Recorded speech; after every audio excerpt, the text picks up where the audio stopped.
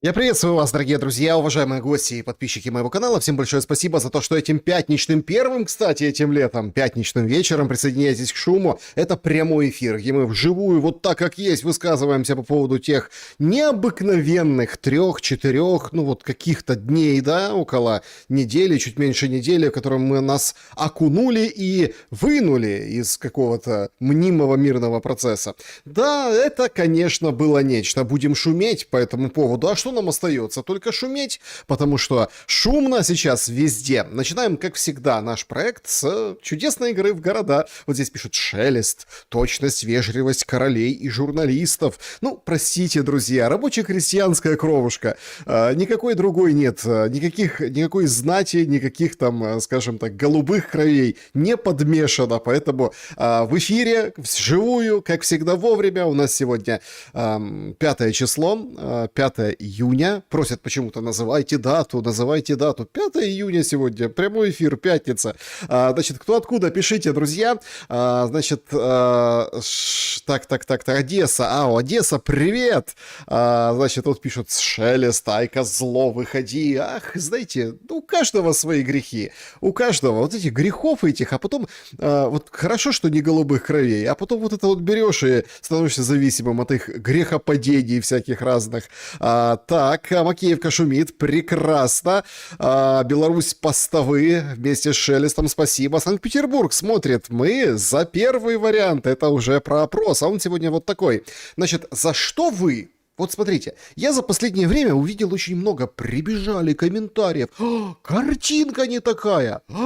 Радуется Шелест ударов по Питеру. Ой, и понимаете, люди. Вот знаете, это как это? Есть выражение «любовь в глазах смотрящего». Вот ваши отношения и наш шум, какой он, вот зачем нужен шум? Потому что все вместе мы хоть приходим к какому-то, какой-то ясности, да, а так получается, вот конкретно о чем вы сейчас думаете, вот то и проецируете. Поэтому вот начитался всякого разного, слушайте, елки-палки, давайте расставим точки над «и» в голосовании сегодняшнего шума в чате трансляции. Он звучит следующим образом, этот наш опрос: за что вы? Вот вы, который сейчас смотрит, стучит по клавиатуре, пишет, за что? Варианты следующие. За мир ценой, внимание, любого компромисса. То есть любого компромисса. По барабану, там, 91 год, денацификации, какие-то там вот эти все вещи, Запад, вот эти, мир, должен быть мир, а дальше будем разбираться, дальше будем, ну, скажем так, лучше морды бить, лучше возмущаться, лучше вот в гневных комментариях вот это, чем стрелять, понимаете, еще и морды бить и гневаться. Вот за любой компромисс. Второй вариант. За мир после, внимание, понятной победы. То есть это должна быть победа, которую не надо будет объяснять. Это вот, ну да, все, победили. С украинской стороны, ну все, смотрите, отбились, вот это защитили, да, потеряли. Ну ничего страшного, в общем, мы там все вернем, но мы отстояли себя. Вот что-то такое должно быть вот в Украине, вот то, что вот отстояли, не отдали, и это уже победа. Или, например, там что-то вот совершили, и все. И теперь, например, Россия нам не может угрожать. Хотя тут тоже такой спорный вопрос, откуда с запада или с востока идет большая угроза. То есть, короче, что-то понятное. То есть понятное и конкретное. Кто-то меряет в квадратных километрах, кто-то в политических лозунгах, кто-то в идеологии, кто-то еще в какой-то ерунде, кто-то сносит Булгакова. Но что-то должно быть понятное, да, вот победа, что снесли Булгакова, порубили памятники, повыкапывали кости и привезли кости тех, которых закопали бог знает когда, причем такие пособники Гитлера. Ну, значит, победа, вот это понятная победа, все, вышли, сказали, победили. С российской стороны, ага, сухопутный коридор, безопасность обеспечили, нет угрозы со стороны Украины и, самое главное, Запада, потому что сегодня на Питерском международном экономическом форуме, третий день, заключительный, Путин как раз-таки об этом и говорил. Причем там очень интересно, все как-то, знаете, я заметил в сети, аж расстроились. Подождите, так а как? Так а что? А где же вот это вот все сейчас? Искандеры, там, не смешите наши Искандеры, где вот эти все, как бы, орешники? Вот это все было вчера с прессой, а сегодня что? То есть экономика, а с экономикой, ну, дела такие. Понятно, что с позиции государственной, естественно, и все там, и рост реальной зарплаты, и вот эти все моменты, 5,2% инфляция, и все эти вещи. Но все прекрасно понимают, да, что дает стимул экономике, и все прекрасно понимают, что, с одной стороны, 300 миллиардов забрали, как говорит Путин, ну, заморозили активы, а 500 заработали. На фоне конъюнктуры мировой, не без нее, на фоне Трампа сумасбродного, не без него, но есть определенные процессы. Да, есть урон, но, в общем, это было про экономику, это было про импортозамещение, это были про, скажем так, ну, вот эти внутренние вещи, да, там на 65% там перешли на торговлю в рубле, публика собралась вот это. Она скучная, она, конечно, там хорохорится и веселится, она считает деньги, она вот это вот инвестиции, как бы связи, вот поэтому такое выступление. То есть понятная победа, то есть это, ну, конкретно квадратные километры, нет угрозы, экономический рост, новые проекты. Очень много критики было конкретно в адрес Дмитриева, который показал вот этот проект, вот этот Чукотка, да, Чукотка-Аляска, и все вот это хают, какая Чукотка-Аляска, тут этот Маск, отец, смотрит по сторонам, топчет российскую землю, а его сын, получается, создает Starlink, поляки оплачивают, и Украина с помощью Starlink поражает тоже экономическую мощь Российской Федерации. Правильно? Ну, то есть, какая Чукотка? Как мы с врагами можем чукотиться и, так сказать, тоннели рыть? Вот за этим это и нужно, потому что экономика — это взгляд в какое-то будущее. Это большой проект, 68 миллиардов. Это сложный проект, никто не говорит, что простой. Да, хотели еще там в 90-х годах, еще и раньше хотели давно, но тем не менее, экономика — это про будущие проекты. Когда у тебя есть деньги, ты их несешь, ты их отдаешь, но ты понимаешь, что-то понятное получаешь. То есть какая-то понятная победа. Ага, у нас вот такой прирост, вот такие территориальные, вот такие экономические, вот за что, собственно, воевали. И условно есть вернувшимся солдатам куда пойти, чтобы, в общем-то, не испытать шок от того, что они получали, когда были в форме, от того, что получают сейчас. Третий вариант. Я за заморозку. Заморозка, то есть все, гори оно синим пламенем, пошли все вон, давайте, враждуйте себе, все. Мы подошли к такой точке, когда нужно останавливаться, замораживаться, а там ни мира, ни войны, плевать, лишь бы не стреляли. То есть вот такой третий вариант. Он не за мир ценой любого компромисса. Мир и заморозка — разные вещи, я просто объясняю. Ну или еще есть такой вариант: я за войну. Ну а чего, как бы, воевать так воевать. Ну а что это, на полшишечки, что это еще такое, да, полумеры всякие. За войну. Голосуйте, друзья, в конце посмотрим, кто за что. Очень интересно подвести этот итог. Так, значит, Долгопас шумит, Тегеран дает шум всем, прекрасно, отлично. Так. Значит, пятничный шелест, да, это я. Прекрасно, Тегеран. Много, по 100 раз одно и то же сообщение пишет. Тегеран. Да Тегеран нормально, он вышел сегодня представитель КСИРа, говорит, значит так, Трамп, 20, вот тоже экономика. Так это про экономику. Говорит, 24 миллиарда, вынь да положь, Трамп. Все, давай, и будет все хорошо. Вот это нормальный разговор. Ливан, то, что ты там Нетаньяху дергаешь за поводок, он то подводит войска, отводит войска, то бомбит, то пауза, то боится, то хорохорится, то скрытно. Это одно. Ты деньги давай. Деньги давай. Шумовляне за мир. Да, Стамбул на связи. Прекрасно. Значит, отлично. Кривой Рог на шуме. С Уфа. Юрдур. Черновцы шумят. Значит, всякие нехорошие люди тоже шумят. Ну и хорошо. Киев на связи. Кипр смотрит всегда. Приветствую вас, Александр. Спасибо большое. Севастополь. Берлин шумит. Кто еще откуда? Пишите. Спокан, штат Вашингтон. Владикавказ, Харьков. Обнинск шумит, Астрахань шумит, Петербург приветствует друзей. Да, много у вас друзей в Петербурге сейчас, столько, роботы какие, ой, достопримечательность как-никак. Значит, Россия, как вы шутите, у вас, как вы шумите, у вас интернет же отключен, как говорят, представляете? Выключили, а тут россияне одни, все поражаются. Шелест, сколько городов ты называешь? Это люди, наверное, прикалываются.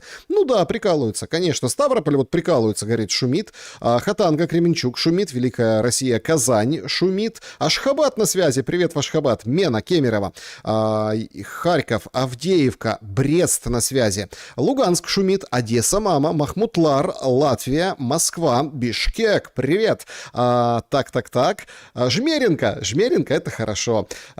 Шумит Ульяновск, было, да. Тирасполь. О, привет в Тирасполь. Мелитополь, Москва, Алтуфьево. Славянск на Кубани. Привет и вам.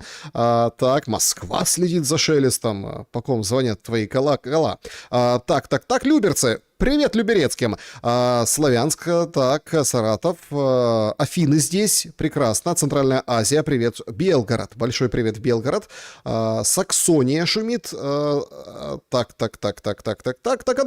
Таганрог, Полтава на связи, Дербент шумит, Ростов-Папа, ах, отлично, Португалия, Краснодар, Ялта, Саратов, отлично, Пушкин, Царское село. Друзья, ну вот в такой замечательной компании я, как всегда, всех призываю участвовать, да, в игре в города. Даже если смотрите в записи, пожалуйста, возьмите, да и, как сказать, напишите, откуда вы. Это всегда украшает комментарии.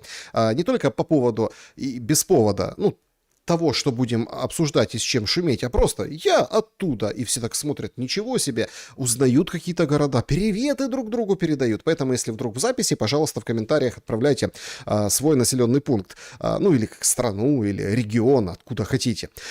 Ну что, давайте шуметь. И вы знаете, шуму много наделало письмо. Причем, вы знаете, я заметил, как быстро испаряется все. Вот как быстро вот те, кто дышал над картошкой, когда заболел, вот они знают вот это, вот вроде оно все вот это вот нагнетает. Ну, ты поднимаешь от кастрюльки, так сказать, голову с полотенечком, оглядываешься по сторонам, и оно как-то так вот и все. Вот так это все и выдохлось. Поэтому тем интереснее по этому поводу пошуметь. Но это же просто что-то несусветное. Значит, Зеленский пишет письмо. Я долго думал, может быть, посвятить там шума какое-то время, и давайте там по пунктам пройдемся, разберем. Думаю, ну это, наверное, интересно будет. Но там все. Там все за все годы. Там все от слова совсем. Там и Путин старый, там и Путин у власти долго, там и россияне бедные, несчастные, там и деньги сосут с Путина. Представляете? Старый, заколебало, с него деньги сосут. Представляете? Деньги имеют. Короче, просто набор каких-то вещей. На некоторых моментах мы сейчас обратим внимание, только некоторых, с вашего позволения, потому что много это, конечно, не будет. Но порадовал сонм, или вот этот такой хор с разными голосами. Позвонче, потише, пониже, повыше, вот такие как бы голоса украинских политологов. Вот один из них. Есть такой политолог Саакян, он сам с Донецка, донецкий, вот он 14-й год, он молодой, самый молодой, ну немножко как бы старше стал уже с тех пор, понятно, время, что с нами делает. І вот он объясняет, что вообще это было, что это было, имеется в виду письмо Путіну. Лист Зеленського відбувається на тлі взяття під вогневий контроль окупованих територій, на тлі ситуації, яка змінюється в Сполучених Штатах, на тлі Європи, яка заявила, що вони готові і хочуть активізувати переговірний процес. І це Значит, смотрите, как строится украинская вообще аналитика, да? Значит, письмо Зеленского. Очень важно, очень внимательно. Смотрите, вот это комментарий. Понятно, там много, это выжимка, кто-то скажет, вырвано из контекста. Ну вот давайте, вот есть вот конкретный, это они же делают вот это, они же там отрезают вот это все, там шорцы, вот это как бы вот титры, чтобы все было. Значит, суть, они начинают с фона, то есть фон. Письмо Зеленского, вот оно в руке. А какой фон? И он перечисляет, какой фон. Трамп, вот это вот все, Европа хочет прыгнуть в переговоры, потому что Европа рискует остаться за переговорами, за пределами стола переговоров. Не про те, що вони хочуть Путіна почути. Це про те, що вони розуміють, що їм потрібно, перепрошую, роздуплятися і призначати спецпредставника, бо інакше Європа може профукати момент, коли потрібно сісти за стіл. Зараз в Європі активізують це питання. Зеленський, спираючись на все це, робить листа Путіну, в якому демонструє готовність до миру. Да ладно, готовность к миру демонстрирует. Слушайте, мы почитали к этой готовности к миру. Прям, готов. Говорит, давай, говорит, встречаться. Давай. Турція, Швейцарія. Чому до миру через безумовне припинення вогню. Нічого нового, Україна це пропонувала і раніше. Внимание, вопрос. Сразу для человека думающего. Вот просто, смотрите, в чем фишка вот аналитики? Мы абстрагируемся. Он так оценил 2 словами фон и говорит, ничего нового. Возникает вопрос, а почему тогда это? А зачем? А нахрена это тогда, если ничего нового? Может быть, надо не европейцам раздупляться, как он говорит, а немножко тут как-то привести голову в порядок. Нового ничего. То есть он признает это. Но фон, это типа фон подтолкнул к старью. То есть у них у всех, смотрите, какие новые обстоятельства. А Зеленский что, нового ничего не может выдать? Але задає наративізацію того, що втомилися, того, що 26 років, того, що ви втрачаєте на кожного одного пораненого 3 вбитих, і це більше 30 тисяч втрат, те, що ми готові стояти і далі, що вам не вдалося зломити. Він оповідає історію, починаючи її не з моменту повномасштабного вторгнення 22-го року, або з моменту агресії 14-го року, а він починає з приходу Путіна. Тому Прям с прихода Путина начал. С 2000... А где он был? А подождите, а вот если он начал с прихода Путина, а он, наверное, там шуточку КВНовскую, где Путин на кубке Кивин, да, сидел в зале, а тот к нему обращался, капитан команды КВН, говорит, а заберите всю Украину. Вот это, наверное, тоже в письме было. Но он же начал с прихода Путина. небезпечна маніпуляція в тому, що зводиться до Путіна, але дуже правильна маніпуляція в тому, що йдеться мова не про землю і береться не горизонт повномасштабного вторгнення. Смотрите, он проскочил эту историю, потому что и ежу понятно, что это очень опасная манипуляция. А давайте разовьем эту мысль. Вот ту, которую он оборвал, отрезал, ну, как все украинские аналитики. Причем, смотрите, не виню, не осуждаю. Понятное дело, что ясно, на территории Украины ты не можешь сказать. Он не может размотать этот. Он высказал эту мысль, что это очень опасно. Вот это апелляция к Путину. Почему?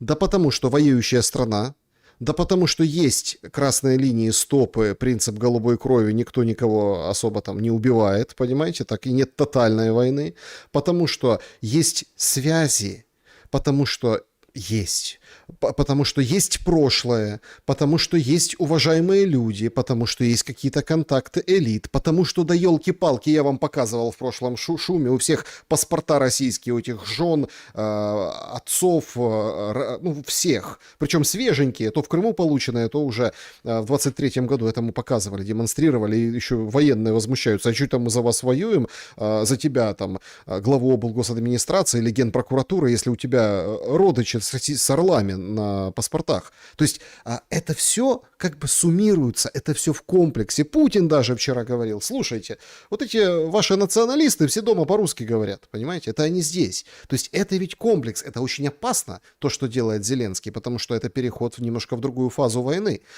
Плюс это очень опасно в контексте продолжающегося, такого отчаянного дефицита помощи и ПВО. Это очень опасно. Плюс это шанс закрыть навсегда все переговоры. То есть тут же какая история? Тут очень опасно в контексте того, что у Путина нормальные отношения с Трампом. То есть у Лукашенко тоже хорошие отношения с Трампом. И Подоляк выходит и говорит, до пенсии не доживешь. Это очень опасная риторика. Это риторика, которая тебя вычеркивает не только в глазах противника, а и в глазах, так сказать, адекватных людей. Когда, он сейчас уже, он ходит с протянутой рукой. Раньше эту руку целовали в Конгрессе, а сейчас плюют в нее, или там какую-то там маленькую копеечку положат, так сказать, то, что осталось на сдачу от хлеба. Що ось щось зламалося і пішло. Ні. І, звісно, ключовий наратив. Зеленський вчора каже, я готовий хоч завтра закінчити війну. Как? Трамп, слышишь? Я готов завтра. Трамп, слышишь? То есть Здесь политолог говорит, что это к Трампу было письмо. Вот он как бы Путину писал, ну типа Трампу. Трамп, чуєш, американці, чуєте? Ми готові. Це продовження цього дипломатичного театру, в якому ми заходимо вже в кульмінацію, де на когось відповідальність має бути покладена або на всіх Трампом скинута, або на когось одного. Вот. Вот это, кстати, хорошая мысль. Все боятся ответственности. Все боятся ее взять на себя. Эту ответственность. Трамп тоже боится взять на себя ответственность за конец в Украине. Потому что все равно там помощь идет, все равно вот эти все моменты, все равно там боится критики, что бросили Украину на растерзание, все равно, ну это все понятно. Зеленский боится взять на себя ответственность, поэтому сейчас вот перед Трампом как бы вот эти исполняет мансы, что это типа Путин отказался. Путин отказался от мира, от переговоров, от всего на свете. Это не я, это Путин. А что делает Путин? А он не говорит, а он как бы показывает. Ну, смотрите, вот такая информация. Верная, неверная, там, накручена, не накручена, преувеличена, нет. Ну, это такая информация. Ну, вот смотрите, ну, вот так, да, вот смотрите, он письмо написал. Читали письмо? Никто его не читал. Вот я еще раз, я думал, может, разобрать эти тезисы, нарративчики. Они же все там легко, как семечки, щелкаются. Но это надо убить время, и все и так это все понимают. Никто не читал это письмо и читать не будет. Трамп не читал письмо, которое ему отправлял Зеленский. Публичное тоже, открытое. Он Трампу отправил и Путину отправил. Он спасает свою шкуру перед украинцами. Он пишет его на украинском языке, оставляет на сайте. Под дип-каналом себе говорит, я передам. Куда ты передашь? Это правда на деревне дедушки Путину. Ну, вот так это все выглядит. То есть многие сравнили и правильно сделали. Если бы это несло вот этот момент расшатывания внутри Российской Федерации, как все говорят, это вот чтобы показать россиянам, мол, к чему мы пришли, это чтобы вот достучаться до всех, и все будут говорить об этом на питерском форуме. Не. Ну вот нет. У них там было чем заняться на том питерском форуме. Вот было чем заняться, понимаете? Это такой выстрел холостой. Это такая вот, помните, воздушки были во дворах, когда бегали, стреляли. Это такая вот воздушка, понимаете? То есть, ну, только по воробьям стрелять. Только вот так. Это выстрел. Никто этого... Расчет на то, что в России это вот возьмут, подцепят. Провальный. Нет этого. И не будет. Не будет. Потому что, ну, во-первых, понятно, кто такой Зеленский уже всем давно. Во-вторых, он написал это на украинском языке. Там нет программных речей. Там нет программных, скажем так, пунктов. Там нет как бы вот таких даже... Хорошо, научных каких-то подходов. Все сравнивают с статьей Путина вот до войны, там, за год, да, когда он летом тоже публикует про один народ, вот это все. Но там, да, можно спорить с философской и какой-то там базой. Но это его был посыл, не использование своего сайта как, ну, не знаю, странички в Facebook, как телеграм-канала, как какого-то твиттера, как какой-то там, не знаю, социальной сети. А там это было прям обращение официальное, выверенным языком, все вот так вот, очень все как бы вдумчиво. Плюс на два языка, на русском и на українському. А здесь кому ти це написав? І надія на те, що, можливо, таки вдасться створити умови, в яких Трампу прийдеться очолити процес підтримки України і перевзутися в повітря. Конечно, он должен... То есть, смотрите, вот это называется мрия. Но не тот самолет, который сами же потом выяснилось и разбомбили, когда накрывали с артиллерии Гостомель украинцы. А это вот мрия, это вот мрийники, вот такие мечтатели, понимаете? Были кремлевские мечтатели, это банковские мечтатели. Вот они мечтают, сейчас мы вот это вот провернем, вот эту всю историю.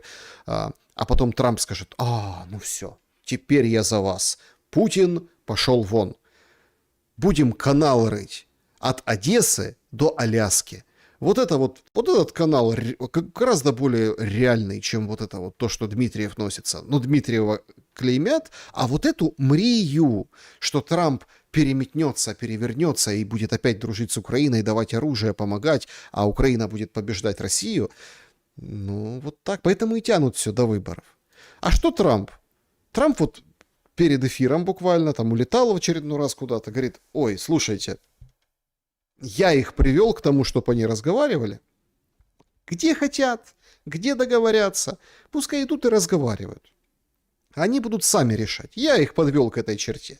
Трамп, он как маленький ребенок, он нам все раскрыл. Вот эта вся комедия и разыгрывается в том числе и для него. Ну, для него. И украинского народа, конечно же. С точки зрения Зеленского. Он вроде как оправдался перед ними. Он вроде это, вот это все. Это все комедия. Разыгранная комедия. Не набор аргументов, а комедия изначально. Постановка. То есть Трамп говорит, я вот я за этим стою. Это для меня. Я продюсер вот этого 3-4-дневного спурта всего, чего только можно. Я думаю, это произойдет. Обе стороны пойдут на компромиссы. Я предложил эти компромиссы. И, как вы знаете, мы сыграли здесь довольно значительную роль. Нам бы очень хотелось увидеть результат. Это два очень достойных лидера. Это две, я бы сказал, выдающиеся страны. Не, ну страны, конечно, выдающиеся, я не спорю. Ну, это два достойных лидера. Прекрасные страны. В прошлом месяце там погибли 25 тысяч человек. Это прекрасная страна. Там погибло 25 тысяч человек. Ну вот, ну что это как не театр? Ну, понимаете, это я смеюсь, на самом деле плакать надо. Прекрасная страна. Тут гибнут люди. В основном военнослужащие. Есть и гражданские жертвы. Но главным образом речь идет о солдатах. И, вероятно, почти каждый месяц число погибших военнослужащих достигает примерно 25 тысяч. Я твердо настаиваю на том, что этому нужно положить конец. Поэтому я хочу, чтобы каждая из сторон пошла на определенные уступки. И думаю, что они это сделают. Конечно, сделают. Ну, он думает так. А как, собственно, будет на самом деле? Вот же ж непонятно. Вот на какие уступки идет Зеленский в своем письме? Вот правда, на какие уступки идет Зеленский в своем письме? То есть тут возникает вопрос. Ну ладно, про письмо. Так а Путин же, да, вот всех, ну, как бы, всех поразил там один эпизод про орешник, да, и тому, что ударили просто так, чтобы проверить как блоки. Это вчерашнее интервью западной прессе. И вот это вот поймали его, и понесли. Поймали и понесли. Да и вообще там его, как бы, говорят, там ошибся в цифре, сказал там чего-то где-то не то. То есть вчера он вроде как говорил с Зеленским, в принципе, можно встретиться, а сегодня уже нет. Ну, то есть комедия, получается, закончилась, и можно возвращаться назад. То есть все отыграли перед Трампом, и можно теперь опять в норку. Вот оппозиционная нехта. Мы, кстати, вернемся к этим оппозиционерам немножко позже. Нехта публикует материал. Путин захватил 4 Украины. В Минобороны после его слов призвали срочно заканчивать войну. Зетники в ужасе и панике. Хозяин Кремля говорил такого, что вызвал ярость даже у своих самых преданных сторонников. Значит, 4 Украины. Наговорил такого. Минобороны говорит, так все уже, слушайте, уже перевыполнили план. Главный хит дня — это, безусловно, страшная гостайна про орешник и сарай. Просто ударили туда, где было удобно, тот сарай, по которому ударили. Военкоры в ярости. Помните, как вся телевизионная мразь, закатывая глаза, взахлеб рассказывала, какие суперстратегические предприятия мы этим орешникам ***ли. Красиво их ***ли. Российские войска наступают по всей линии боевого соприкосновения. Ну а вообще Путин, наверное, забыл, что давно захватил уже аж 4 Украины. Примерно 2440 тысяч квадратных километров российская армия поставила под свой контроль. Вся территория Украины в 4 раза меньше, 603,5 тысячи квадратных километров. Ну так. Классный. И вот смотрите, и материал готов. Не сообразил, сказал что-то не то. Смотрите, материал готов. То, что к цифрам сейчас относятся все вот так вот, включая там Трампа, еще кого-то, то понятно. Ну вот смотри, 4 Украины захватил Путин уже, а? Орешником бьет по сараям. Тут объяснил, что надо смотреть, боевого применения не было, надо посмотреть как-то вот куда бить, что там как бы вот, чтобы могли дроны подлететь, там все изучить до миллиметра, там все эти моменты. Ну, то есть он это все как бы выдал, эту гостайну. Зетников порвало, кого-то там порвало, 4 Украины захватил. Короче, дурак Путин. Ну, вот, видите, вот дурак, вот и все. Ни цифры не знает, ничего, не понимает ничего. Вот такая вот грантовская подача средств массовой информации. А Зеленский умный. Зеленский хорошее письмо написал. Знаете, кто сказал сегодня? Макрон говорит, хорошее письмо. Гуд, Вальдемар, гуд. Ну, это должен Мерц был сказать, да, потому что по-немецки, но тем не менее. Хорошо. на украинском, он публикует письмо Путину. Многие, кстати, сошлись во мнениях, что это должны были украинцы прочитать. Украинцы прочитать и сказать, ну вот, потужно, потужно. Молодец, Зеленский, молодец. Вот спрашивают у украинцев, что вы думаете про письмо? Цей лист ні про що. Як можна зупинити війну, коли там непомірні якісь требування? Где? А, в России, наверное, непомирные. Или в письме непомирные требования. Там чітко описано з Російської Федерації, що їм потрібна вся Україна. І хай Зеленський може хоч 100 листів написати. Поняли? Вот где-то вот товарищу четко написали, что России нужна вся Украина. Поэтому письмами не поможешь. Письма не дроны. Це нічого не дасть. Поки не зупиниться ця навала на фронті, на лінії фронту, ніяких перемовин не буде, ніякого миру. Подождите, какая навала? Так это же все вранье. Так Россия ж не наступает, это же Путину придумали. Навала на фронте, она продолжается, а вот когда она остановится, тогда можно поговорить о чем-то. Володимир Путін ігнорував уже не один подібний лист, не одне подібне звернення. Тобто на якийсь фідбек від нього я особисто не розраховую. Але з точки зору дипломатії це досить сильний лист, який, мені здається, більше адресований західному світу, ніж Володимиру Путіну. Ми просто показуємо, що ми відкриті до перемовин і до миру загалом. Где он показал, что он открыт к миру? Пора заканчивать войну, давай встречаться, обсуждать, пока обсуждаем, не стрелять, но ты старый пень, ты там такой-сякой, ты вот это вот все, мы тебя бьем и бить будем, ну, то есть вот так. Ну, то есть, ну, вот так получается. Это, конечно, на Запад. Под это дают деньги. Вот под это Запад дает деньги. Он это и написал. Поэтому тут можно, конечно, мальчика критиковать, но как бы он прав. Надіюсь на краще, що нам потрібен мир. Там написано, що ми повинні вже закінчувати з обох сторін цю війну.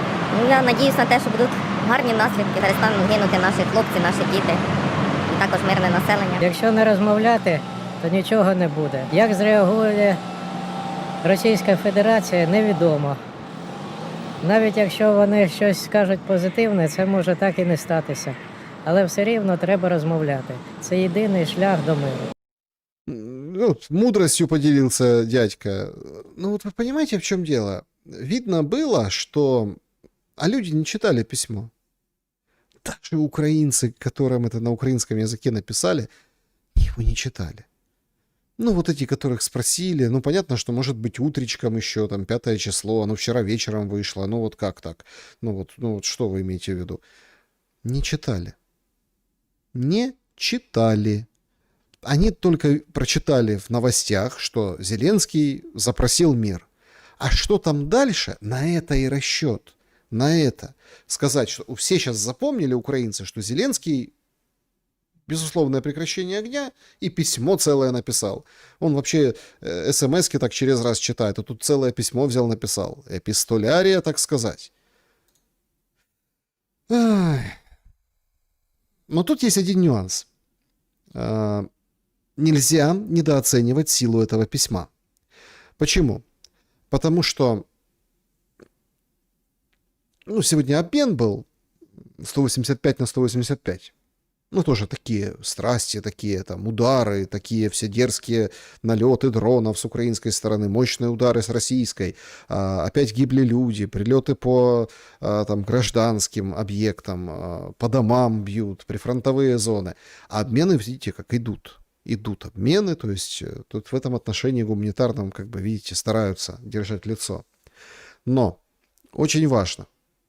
Письмо, оно входит... Вот почему я возмущался и как я не мог поверить. Помните, настигло меня в шуме, что Зеленский издал указ не стрелять по параду. Я говорю, этого не может быть. Подождите, это фейк. Полез, перепроверил, залез на сайт президента. Там есть это. Зеленский это как бы это войдет в историю. Это в любом случае, это будет в архиве. Это будет, это прям, это то, что, это вот как вот там универсал какой-то, понимаете? Вот это там УНР, которая сейчас возведена на флаг. Это вот что-то важно. И это письмо, это что-то важно. Плюс, это документ. Товарищи, это документ. И там каждое ерунда, которая прописана, это официальная позиция, выписанная. Ее уже теперь нельзя просто удалить, взять из сайта, и все. Это уже письмо, она, как бы этот исторический акт совершен. И политический тоже, и юридический тоже. Украинка обращается к Зеленскому. Вы поймете, наверное, почему я так на этом останавливаюсь. Звернення до президента України. Шановний Володимир Зеленський, вчора в себе на сторінці у Фейсбук ви виставили публічне звернення до президента Російської Федерації, в якому зазначили, що у вас є відеопідтвердження всіх втрат тієї сторони. Смотрите, она прикрепила скриншот. Она корявенько, ну здесь может не видно, да? Вот смотрите, она вот корявенько, как могла, вот это вот ручечкой, ну там в программе, в телефончике, вот это все вот это подчеркнула.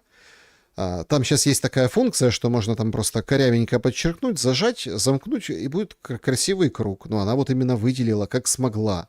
Вот эта девушка, она вот как смогла, выделила вот этот момент. Мы тримаємо саме такий показник щомісяця, и, в общем, по поводу каждой вашей потери у нас есть видеоподтверждение. И это не голословно. Это написано в документе Зеленского.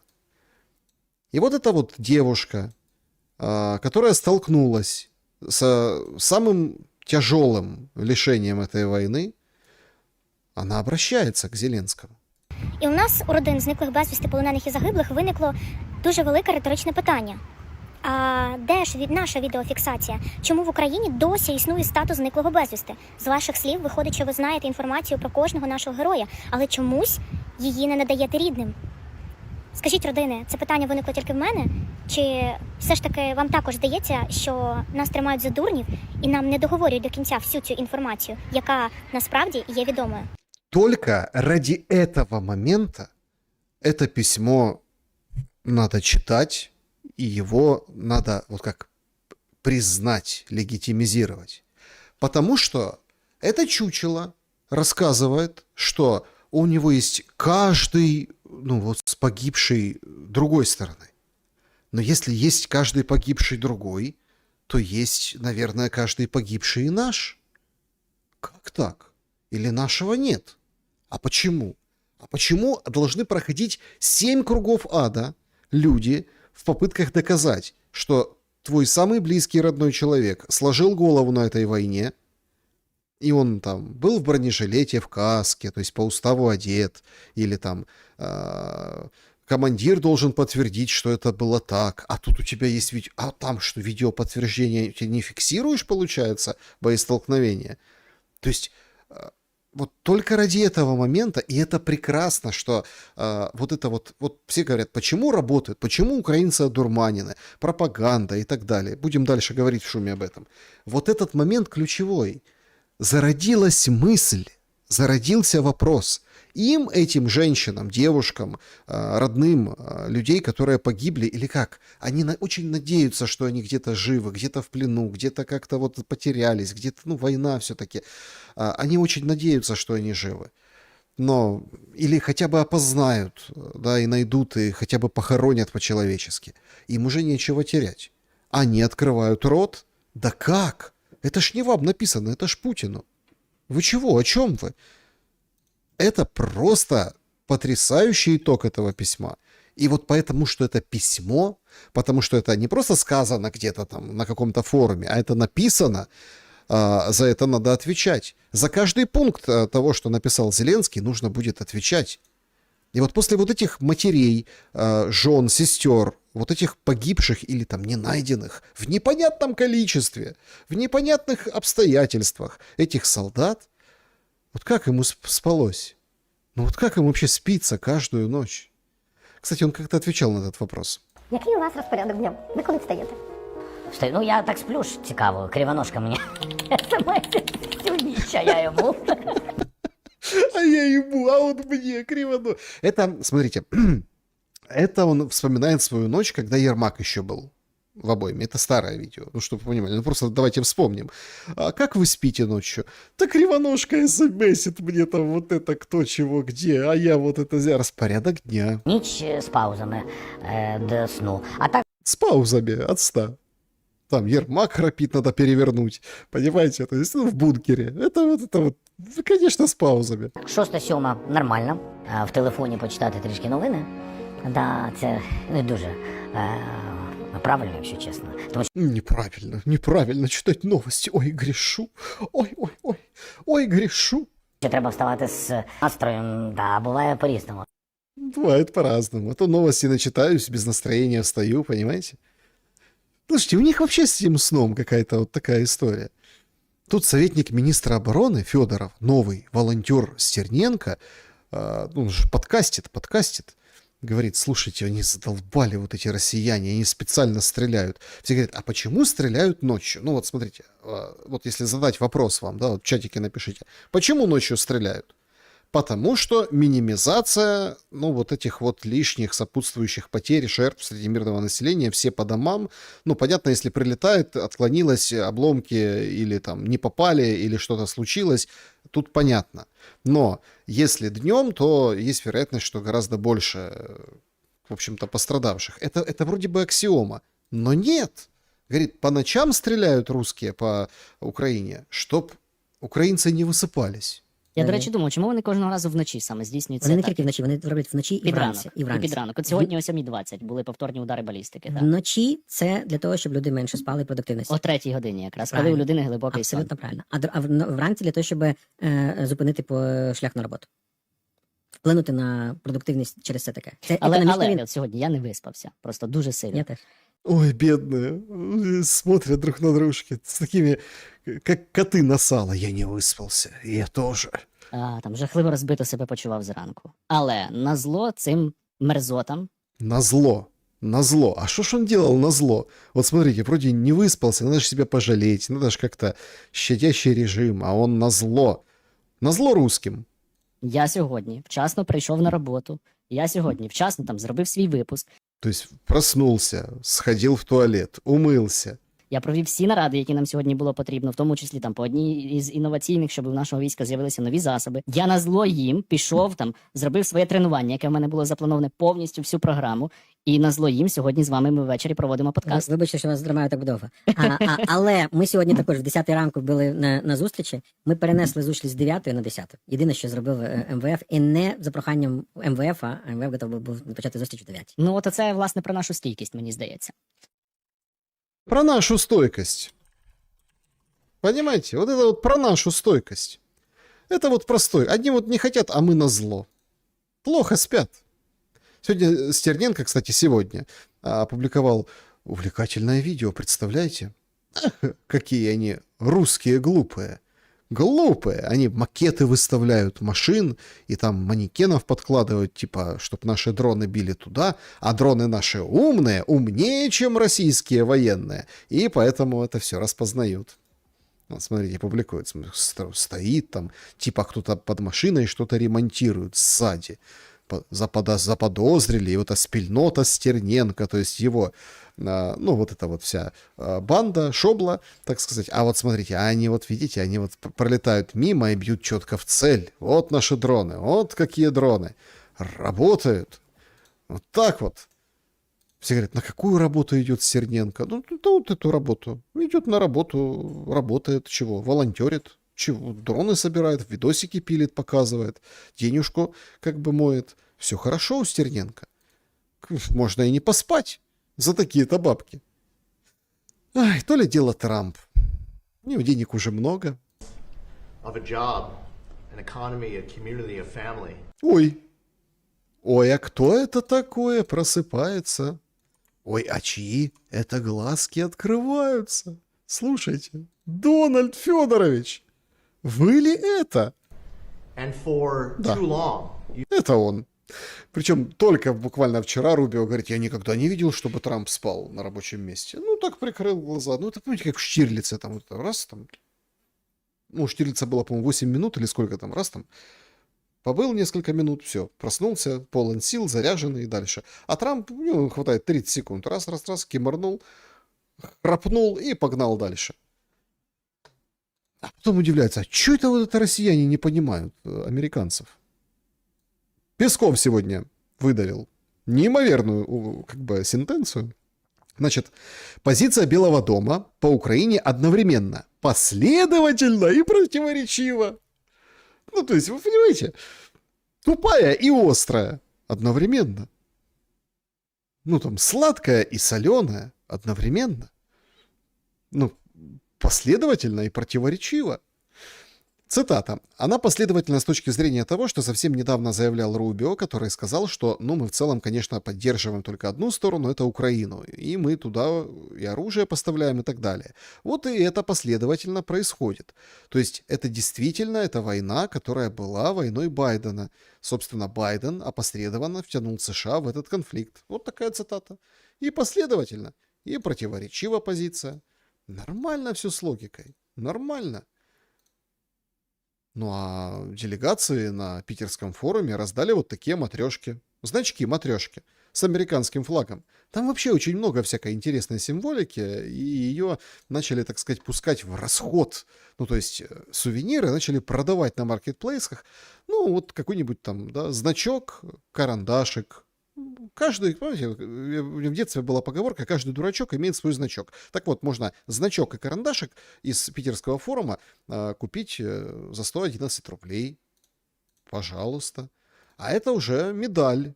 Медаль дороже 1300. Аполлинария называется медаль. То есть, вот видите, сразу прям на форуме сфотографировали и выставили. А чего добру пропадать? А это вот вообще как бы статуэтка участника. 100 тысяч рублей, представляете, просят. 100 тысяч. Вот это я понимаю. Сувенир. Медведи вот такие с питерского форума за 2350, 2340. То есть все очень предприимчиво, но опять-таки это же форум для бизнеса. Все, собственно, под бизнес. Ну а символика как бы в Петербурге сегодня опубликовали, нашли новый аттракцион под названием «Орешник».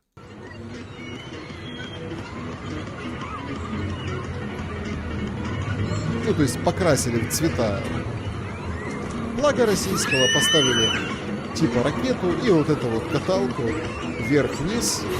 Пишут, что это под Петербург, и вот теперь там вот есть орешник вот такой. Вот так вот шатает, так сказать. Ну вот, над сараями. Настроение, вот знаете, тоже, опять-таки, я читал в комментариях по итогам, ну, вообще эфиров, последние дни шума, я говорю, прошлого, типа, это праздник. А мне говорят, нет, это про будущее страны, это там какое-то мероприятие. Ребята, это одно, во-первых, одно другому не мешает, во-вторых, это праздник. И вот когда сегодня запустили с утра вот этот нарратив, что письмо Зеленского все прочли и только о нем и говорят, да чушь это все. Он сегодня выходит ВТБ, руководитель Андрей Костин, и есть там РВБ, Татьяна Ким. Выходят, и вот как бы вот им хорошо там на этом форуме. Ну вот как это назвать, как не праздник?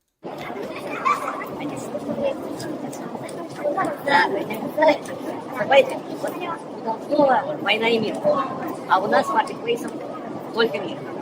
У Толстого, а он сзади, типа, вот, ну, как бы изображение, ну, это тоже-то, это такое Трамп любит в скале высечь себя там с искусственным интеллектом. Ну, там очень много таких креативных, как это, фьюжн-объектов было, вообще в кулуарах и везде. Вот смотрите, у Толстого война и мир, а у нас, говорит банкир, только мир. Правильно? И вообще, Саня, пора говорить спасибо.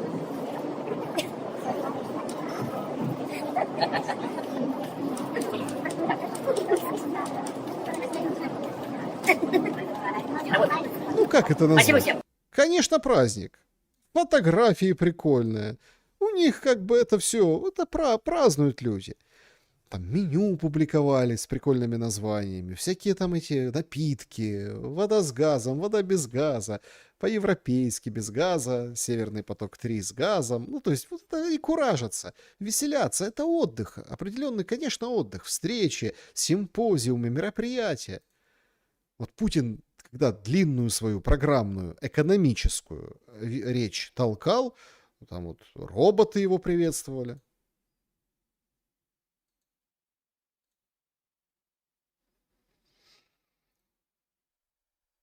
уже сказал, позиции в системе мировых экономических связей, глобальные лидеры. Честь отдают. Я уже сказал, позиции в системе мировых Оп, честь отдают.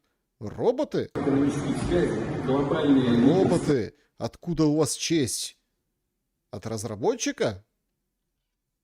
По поводу чести, кстати. В кулуарах форума вышла Мария Захарова и говорила, что непорядочная женщина. Кто? Армения. Паспорт, чтобы они туда полетели. Ну, это вопрос, конечно, не к российской стороне. А Россия как раз сама задает вопросы тем политическим силам в Армении, которые заявляют о каких-то там, так сказать, нововведениях, новаторстве в курсе. Это мы интересуемся, это мы спрашиваем. Скажите, пожалуйста, не могли бы вы уточнить, а что конкретно вы имеете в виду, когда говорите о том, что ваше устремление связано с Европейским Союзом, но при этом вы никому ничего толком не скажете, а потом когда-то, когда почувствуете, вот тогда сообщите. Вы меня, конечно, извините. Вы бы с такой девушкой стали встречаться? Спасибо большое, Ну, все, то есть, побежала. до свидания. Непорядочная девушка. Стали бы с такой встречаться девушкой?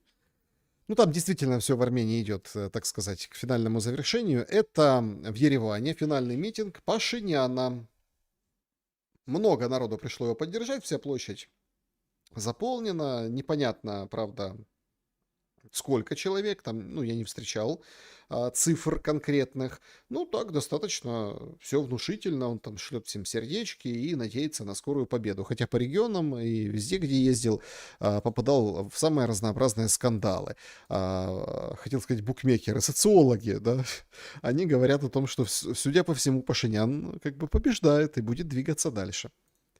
Ну и к самому главному-то от этого питерского форума, это все-таки ответ Путина на письмо. Что же ответил Путин? Как он ответил? И там есть над чем задуматься. Мне вчера еще мой пресс-секретарь, господин Песков, показал это письмо, но у нас была встреча рабочая, ужин рабочий с президентом Узбекистана. Честно говоря, я не успел посмотреть. Сегодня с утра мне Песков опять эту бумажку подсунул. Я ее посмотрел, так бегло, но тем не менее. Значит, несколько вещей, на которые... Смотрите, это вот тоже, это же вот это вот нас мариновали все эти дни. Вот это вот очень важно понять, да? То есть у Зеленского авторы, а там, правда, автор речей, Литвин, то есть вот такие шутки написали в письме. А это же типа разминка, то есть, да, тебе задают, ты должен ответить своей шуткой. Я слово шутка беру в кавычки, то есть вы понимаете, то есть конкурс там капитанов КВН фактически. А у Путина типа импровизация, но тоже как бы он подглядывает, смотрит, ну, чтобы плюс-минус корректные были формулировки, чтобы не как там вчера наговорить или там что-то не так сказать, не ошибиться в цифре, ничего не привести, как бы, или сказать то, что он действительно хочет сказать. Подглядывают в бумажку не только тогда, когда говорят, что, ну, там, в общем, это там написано кем-то. Нет, это чтобы вот именно четко сказать то, что ты думал. То есть ты над этим думал, как ответить. Вот он думал и ответил. Обращаю внимание. Первое, он упомянул там автор письма. Автор письма? Литвин, что ли? Литвин упомянул? Путин отвечает Литвину. Сенсация! В моем возрасте. Значит, ну что можно сказать? Конечно, о возрасте должны думать все. Но мне представляется, что в моем возрасте и многие другие политические деятели осуществляют свои функции, и некоторые постарше меня. Главное, это не возраст. Это важно. Это на самом деле, безусловно, важно, но главное, это не возраст. Главное, дееспособность и работоспособность. Вот, дееспособность и работоспособность. Намекнул, понятное дело, на Трампа Путин, и дееспособность, и работоспособность. Здесь очень важная ремарка. Когда Трамп, как, скажем так, как на работу ходит сдавать вот эти тесты когнитивные, где там ему акулу показывают, жирафа и так далее, это очень важная штука. Почему? Объясняю. Это объективная вещь. Это очень понятная и объективная вещь. То есть это зафиксировано. Есть врачи, которые сказали, все, ты нормальный, ты при памяти, ты как бы все в порядке. И ты говоришь, ну окей, все в порядке. То есть сдавать вот такие тесты, тем более там в возрасте, это нормально. И вообще, в принципе, чтобы за президентом следили, это тоже нормально. Потому что, ну, в данном случае, там, Путин, Трамп, у них ядерные кнопки, там, Си Цзиньпин, да. У Зеленского нет ядерной кнопки, но ему Штиллерман сказал, что это вообще как два пальца об асфальт. Просто у нас есть эти международные договоры, а так у тебя, Зеленский, будет ядерная кнопка. Ну, а он вообще в порядке? Ну, имеется в виду Зеленский. Он вообще дееспособен? Он проверялся? И поэтому нам говорят, и все так удивляются, что они так, и так понятно, что не президенты, у них там все... Нет, это должно быть достоянием общественности. Здоровье президента. Ну или там лидера какой-то страны. И некоторые мои коллеги, которые, повторяю, постарше, но они демонстрируют достаточную энергию. Хорошо они делают, плохо, это другое, это оценка политического характера, но в целом работают активно. Теперь обратил внимание на время пребывания у власти на выборных должностях. Это просто вот понимаете, вот тут начинается КВН. Если там это просто как бы такая взрослая беседа, то тут начинается КВН. О пребывании на должностях. Это важный вопрос, конечно. Но на выборы надо идти. Надо идти, не бояться идти на выборы и действовать всегда в рамках основного закона. Потому что если удерживать власть вне рамок Конституции, это называется узурпация власти, это уголовное преступление. Поэтому не надо бояться, надо идти на выборы. И всем бы посоветовал. Тем более, что на Украине говорили о том, что выборы предстоят скоро, и чего-то замолкли. Непонятно почему. Непонятно почему. Да нет, понятно почему. Ну вот понятно почему. Потому что этот узурпировал и у власти. Вот все понятно. А даже говорят, уже никто ничего не говорит, понимаете? Даже никто и говорить нет. Нет, ну ты же должен пойти навстречу, закончить войну. Так давайте заканчивайте. Надо в Москву, хочет поговорить, приезжайте в Москву. Хочет нет. Путин четко дал в этом ответе, вот в сегодняшнем выступлении, это вот не в том, которое программное, а вот это вот на панели. То есть имеется в виду, когда вот сидят на диванах, там все там делегаты, задаются вопросы какие-то, вот они обсуждают уже в другой атмосфере. То вроде как за трибуной, а это вот типа на панели. Так вот, четко же сказал, что договоренность, во-первых, ну вчера он сказал, что не обязательно прекращать огонь, то есть для того, чтобы вести переговоры. Дальше. Перед встречей мы должны обо всем договориться, а на встрече уже все финализировать. Ну и как бы надо вопрос легитимности этот поднимать. Почему все замолкли о выборах? Всех устраивает, что Зеленский будет до конца своих дней? Вот. Теперь, значит, автор указывает также на то, что не нужно следовать договоренностям, которые были достигнуты в Анкоридже. И более того, нужно искать настоящих гарантов возможных договоренностей между Россией и Украиной. И искать их нужно в Европе. Смотрите, в Анкоридже Зеленского не было. Ну, нет Зеленского в Анкоридже. Ну, а он говорит, не надо нам Анкориджа. И гаранты должны быть в Европе. Они должны гарантировать. Я напомню всем, что гаранты Минского формата тоже были в Европе. Чем это закончилось, все видят. Ну, наверное, надежные гаранты всегда не помешают, так и не помешают. Но почему отказывают в таком качестве американской администрации президенту Трампу, мне не очень понятно. Оружие хотят получать из Соединенных Штатов, а вот видеть администрацию США и президента Трампа в качестве гарантов почему-то не хотят. Это же вызывает вопросы, так? Значит, но мы все видели, как Дональд на глазах у всего мира занимался воспитанием автора этого письма, указывал на дресс-код, понимаете? Не назвал его фамилию. Ну, если вчера он говорит Зеленский, там не Зеленский, а тут нет. Автор письма. Литвин. Понимаете? Автор письма Литвин. Тот не может двух слов связать ни на бумаге, ни в речи в жизни. А автор письма этот Литвин. То есть это Литвин. Понимаете? Но как воспитывал Зеленского Трамп, то говорит, переоденься, то еще... Понимаете, это же очень тонкое унижение на таком уровне. Очень тонкое и понятное унижение. Во-первых, он четко делает политически, вбивает клин политический между Европой и Америкой. Это серьезная история.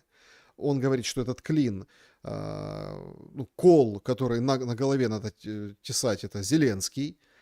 А во-вторых, он очень так тонко унижает его. То есть там нет вот этого, как в письме. Значит, давать все время Рэмбо, значит, первую кровь, конечно, ну, где-то, может быть, уместно, но не везде. Но не везде.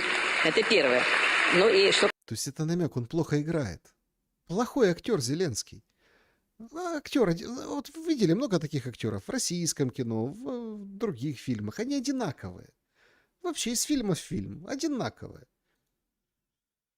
Ах. что касается манер. В целом хочу поблагодарить Дональда за эту работу. Она, безусловно, полезной является.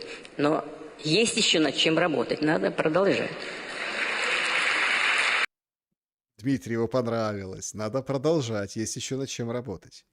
Но это как бы, это вот шоу. Вот это все элементы шоу. А тут был еще очень интересный, важный момент, который так упустили. Потом к Ушакову пришли, сказали, я не могу назвать фамилию, ответил Ушаков. Оказывается, Киев, ну, 2 недели назад, 2-3, очень активно просил о встрече, о том, чтобы закончить войну, о том, чтобы как бы начинать переговоры, встречаться, обсуждать. И в Киев даже приезжал некий бизнесмен. По-моему, 21 мая. От 22 мая украинские войска нанесли ужасный террористический удар по общежитию колледжа в Луганской Народной Республике, где погибли дети, подростки. Но это ужасное преступление. Там не было ни одного военного объекта, даже военной машины рядом не было никакой. Теперь уже я утром позвонил вот этому, так скажем, коллеге, который ездил в Киев. Я его спросил, что это значит? Они просят о встрече и совершают такие ужасные преступления, как убийство детей. Что это значит? Он говорит, у меня нет объяснений. Вот они мне сейчас звонят опять, я с ними переговорю, потом вам дам знать, проинформирую. Я говорю, пожалуйста, я больше с ним не разговаривал. Вот. Смотрите, вот это тоже, значит, был какой-то товарищ, он там поехал в Стамбул, покрутился по Стамбулу, вернулся, говорит, давайте встречу. Они просят встречу. Ну хорошо, поезжайте. И вот типа 21 мая, а 22 вот эта история. И потом он дальше рассказал Путин. То есть он встречался с Зеленским в Киеве. Какой-то российский бизнесмен. Ну, есть там догадки, что это Абрамович, ну, что-то вот в этом духе. Но на самом деле, ну, смысл гадать. Ну, то есть это некий бизнесмен, через которого Киев запросил встречу. И, мол, давайте вместе, давайте вот поговорим с глазу на глаз. Как Зеленский говорил. То есть Европу отшвыриваем, потому что Европа взяла за кокушки Минтичгейтами, всеми остальными. Америка, как бы, ну, она сама отстранилась, но тоже не жалуют. И тоже там агент ФБР в НАБУ курирует. То есть все как бы понятно. Да? А тут вот ему надо выскакивать. А если он сейчас раз и сам договорится с Путиным, то как бы, ну кто ж его осудит? Он же памятник. Он сам очарует его. Помните, как в 2019 году? Сейчас Зеленский приедет на нормандский формат, очарует Путина. Ну вот, да, очаровывались. И какого-то гонца заслали. А потом вот такая история. Я слышал мнение, что да, Зеленский мог и не знать вообще про этот Старобельск ничего. Что-то могли другие люди, которые знали, что к Зеленскому... Ну, он же под британской охраной Зеленский находится. Ну, узнали, что к нему он встречался с каким-то тайным россиянином. Россиянином инкогнито. И, судя по всему, у них что-то получалось. А потом случилось то, что случилось. Вот и это письмо, о котором вы сейчас сказали, оно действительно с элементами хамства. Это что? Это способ создания условий для личных встреч и переговоров, или это создание обстановки, при которой вообще на самом деле невозможно проводить никаких личных встреч? Я думаю, что это второе. И поэтому обращаться нужно не к авторам этого письма, не к любителям эпистолярного жанра, а к нашим бойцам на линии боевого соприкосновения. Значит, вот вам и ответ. Вот это вот четкая выжимка, ответ Зеленскому. Это что это за хамство? это расчет навстречу или на что расчет? Понятно, на что расчет, что это расчет не навстречу. Поэтому обращаться надо не к автору письма, не называет его Зеленского Зеленским, а надо к бойцам. И дальше последовало, четкое, понятный девиз, да, будущих недель войны этим летом. И вот обращаясь к ним, я хочу сказать: товарищи солдаты и матросы, товарищи старшины и мичманы, товарищи офицеры, адмиралы и генералы, вся страна смотрит на вас, вся страна гордится вами и надеется на вас. Работайте, братья. Все, работайте, братья. И вот эти братья будут сейчас работать. Погибать, убивать, продвигаться, в общем-то, уничтожаться. Все понятно. Вот это вот все понятно. Теперь стало все ясно. Зеленский ответил уже на это в вечернем обращении. Он рассказал о том, какой был обмен, как все было хорошо. Но вот сильный ответ Зеленскому или слабый? Ну вот с точки зрения драматургии, да, вот это вот все. Где-то подшутили, где-то подкололи, где-то, а потом вывели на пафос, патриотизм и все. Да? Ну, так Зеленский сам в КВН не делал. Но он как худрук квартала 95 не оценил. На жаль, російська сторона знов обирає війну. Всі почули сьогоднішню відповідь. Слабка відповідь. Слабый ответ. Слабый. Він просто не хоче закінчувати війну. Думаю, що багатьох у світі ця відповідь розчарувала. Не хоче він нічого змінювати, не хоче визнати, що його війна подобається тільки йому. І тим, хто тягне з нього гроші, вони всі сьогодні були дуже усміхнені. Значить, грошей у Росії має стати менше, а тиску на Росію більше. Я дякую усім, хто допомагає нам. Я дякую усім, хто з Україною, хто хоче реального миру. Вы помогаете Украине, значит, хотите реального мира. Все понятно. А он не хочет. Возникает простой, очень интересный вопрос. Так а что это было с нами? Классно написала Ольга Шарий. Путин, встретимся, обнимется. Зеленский, ты говно, давай встретимся, обнимемся. Говно. Путин, по-хамски, не встретимся. Зеленский, не хочет обниматься, говно. Пусть дальше говнить, будем дальше говнить. Песков, готовы обняться, но в Москве. Вот такой краткий итог 3 дней. Прекрасно. Ну вот так это, в принципе, и получилось. Что мы имеем в сухом остатке? Мы имеем, вот такой кувырок назад. Кувыркнулись, назад, понимаете? Хотя контакты идут. В России сейчас новый омбудсмен. Вместо Москальковой Лантратова.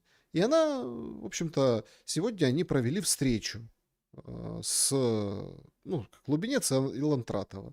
Значит, они сегодня обсуждали, опять-таки, по словам Лубенца, верифицировали возвращение военнопленных, незаконно удерживаемых гражданских, передачу писем, посылок военнопленным семьям, взаимным посещением, проверки условий содержания теперь будут ездить, проверять, работа по воссоединению семей, это вот эти дети, установление судьбы лиц, пропавших без вести при особых обстоятельствах, чтобы было меньше этих. Отдельно договорились провести верификацию всех имеющихся списков по военнопленным, те, которые сейчас находятся в тюрьме, в местах лишения свободы, в СИЗО, в колониях. И вот они кадры встречи.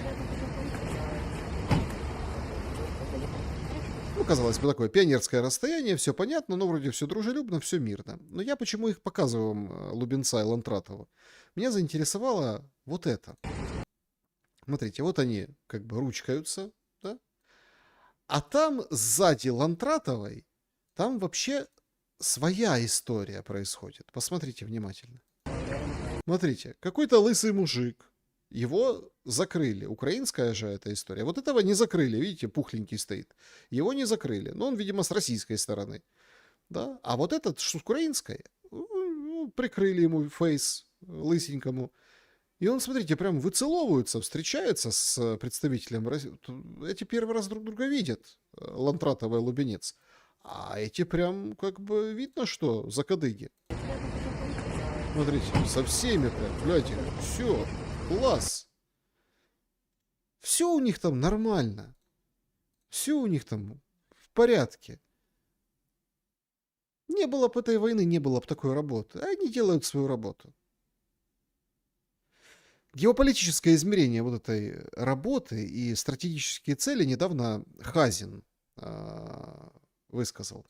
Трамп, Путин и Си хотят войти в кризис без большой войны.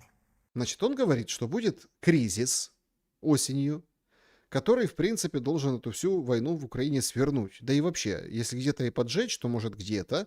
Но, в общем, будет глобальный финансовый кризис, который как бы остановит или как-то видоизменит состав участников глобальной войны. То есть тот кризис, о котором ты говорил. Да, совершенно верно. Потому что в этом случае никто не будет им мешать наводить порядок внутри страны. Угу. И для Трампа уже понятно, что главный его враг не Путин и даже не Си, главный его враг Лондон. А вот для Брюсселя и Лондона принципиально важно начать войну с Россией до осени. Поэтому они и провоцируют. Поэтому они и провоцируют все время. Потому что им важно начать войну. Да. Вот почему они начали операцию по попытке заблокировать Калининград. Уже все было готово. Угу. Но в разговоре Путина с Макроном, помнишь, Макрон звонил? Да. Путин сказал: шандарахнем орешником и потопим Шарль-де-Голь в Балтийском море. Угу. И тогда Шарль-де-Голь увели в Средиземное море. Авианосец. А без авианосца эта операция невозможна. Конечно. Вот. Ну, вот так было. Шандарахнем и все потопим. И все поняли. Также в сети сегодня опубликуют какие-то странные утечки. Значит, контракты показали, что Россия поставляет Ирану ракеты класса воздух-воздух и воздух-земля. На фоне сегодняшнего заявления Путина о том, что Россия не поставляла никакого вооружения в Иран, документы появились, их выбросили в сеть. Тут 120 ракет Х-38 воздух-земля, 123 ракеты Р-73 воздух-воздух короткого радиодействия, Р-77 воздух-воздух среднего, Х-31 противолокационная, противокорабельная 42 единицы. Поставки связаны с контрактами на истребители Су-35, компоненты которых заказываются аж до 27 года. Контракты старые, ну, те, которые были до, понятно, этой всей возни в Иране, но, в общем, в российских документах Иран указыван как кодовое название К-10. Ну, какому-то К-10 поставляют и вот это вот публикуют. Что же касается тем, кто ставит палки в колеса? Ну, вот европейцам. Сегодня сообщила пресса о том, что лидеры Франции, Британии и Германии готовятся встретиться с Зеленским для обсуждения переговоров.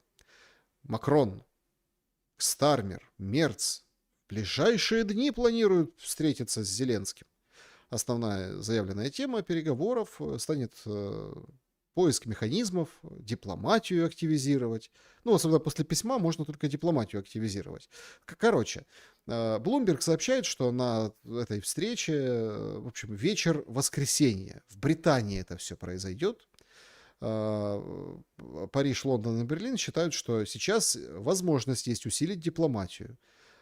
И ожидается, что во время встречи стороны обсудят дальнейшие дипломатические шаги, а также возможные подходы, ну, чтобы Москву как бы так вот затащить вот в эти переговоры. Параллельным курсом Мерц с самым низким рейтингом в истории, в принципе, да, среди канцлеров, бьет копытом, говорит: Европейский Союз — это империя, это сила, это мощь, поэтому должна расширяться. Расширение Европейского Союза, которое уже много лет назрело, необходимо обсудить. Президент Макрон и я подготовили конкретное предложение о том, как нам теперь перейти к следующим шагам. Как мы можем сделать возможным расширение, особенно для некоторых государств Западных Балкан. Европейский Союз должен показать, что он способен к расширению и готов к расширению. И именно это мы хотим сегодня обсудить. Конечно, есть целый ряд вопросов, на которые мы должны ответить, и мы должны ответить на них вместе. Но опять-таки, как мощно? Вместе. Вместе как-то гуртом легче и батькой быть. Понимаете? То есть они к Трампу ездили вместе, и вот сейчас тоже вместе. Что Стармер говорит? Стармер говорит, допадет Россия в 2030 году. Потому что это приоритет для всего правительства. И теперь это будет опубликовано перед саммитом НАТО, который состоится всего через несколько недель. Это очень важный саммит, на котором соберутся страны со всего мира. НАТО, конечно, самый эффективный военный альянс, который когда-либо видел мир. И если вам нужно еще одно напоминание о том, насколько это важно, то вот наша разведывательная оценка и оценка других стран НАТО. Россия может быть готова напасть на Россию или на НАТО уже к 2030 году.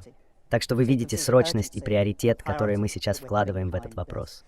Срочный приоритет. К 30-му году. Вот сейчас нападут. Сейчас нападут.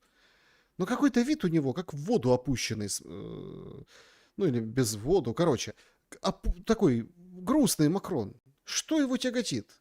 Не поверите. Илон Маск, который прет как бур и как бы дает возможность британцам высказаться по поводу нашумевшего убийства длиннющим ножом в Британии хлопчика, которого еще полицейские обвинили в том, что он расист, потому что нажаловался убийца. Нам также нужно заявить, кто мы как страна. Потому что Маск, опять же, в последние дни вмешивался в нашу политику, пытаясь разжечь раскол. Это не то, кто мы есть в Британии. В Британии мы разумные, терпимые люди. Когда у нас происходит ужасный случай, как дело Генри Новака, мы реагируем спокойно, как это сделала его семья. Мы спокойно, семья спокойно отреагировала, а вот это вот как бы бунтуют британцы. Помните выражение? Не раскачивайте лодку, крыс тошнит. Их правда тошнит. Ровно как и украинские военно-морские силы переживают определенную качку. Только-только вышел спикер военно-морских сил Плетенчук и начал рассказывать о том, что мы уже почти победили Крымский мост, как тут началась какая-то оказия.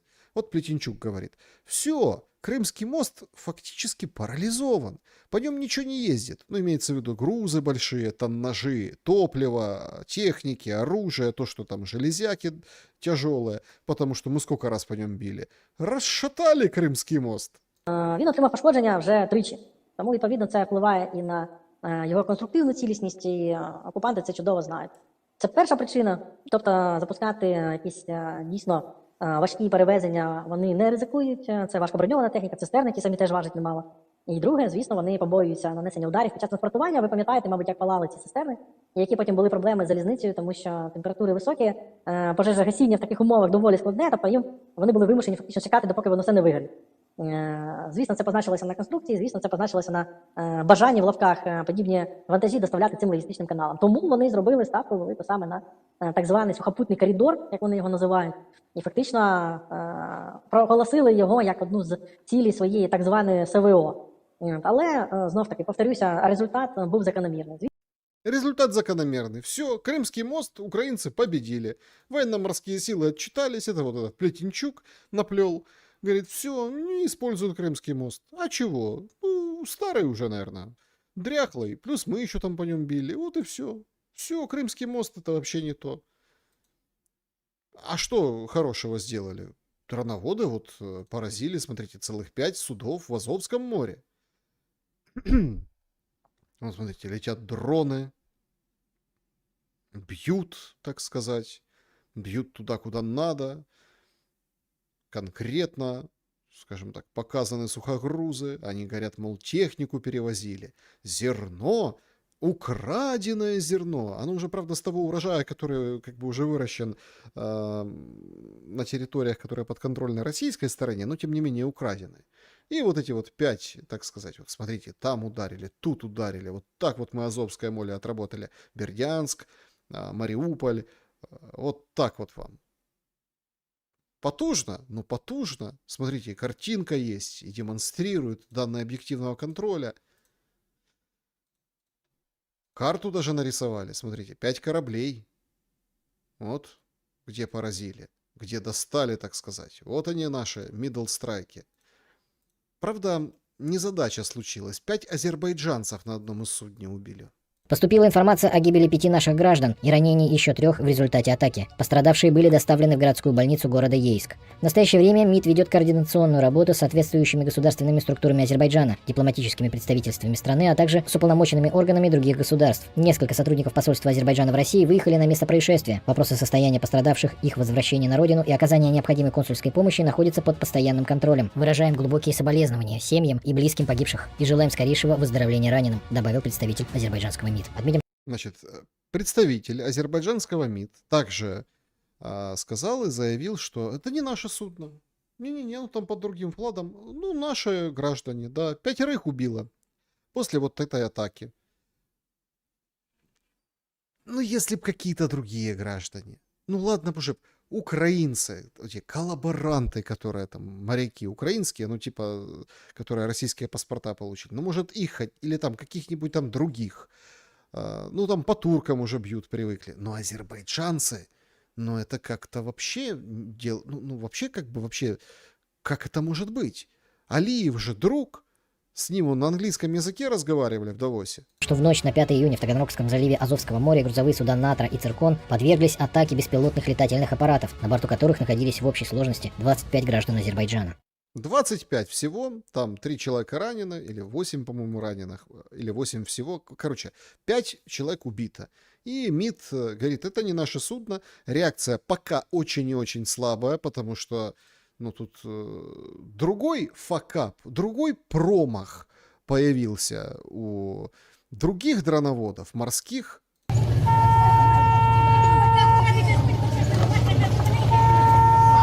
Это порт Констанца.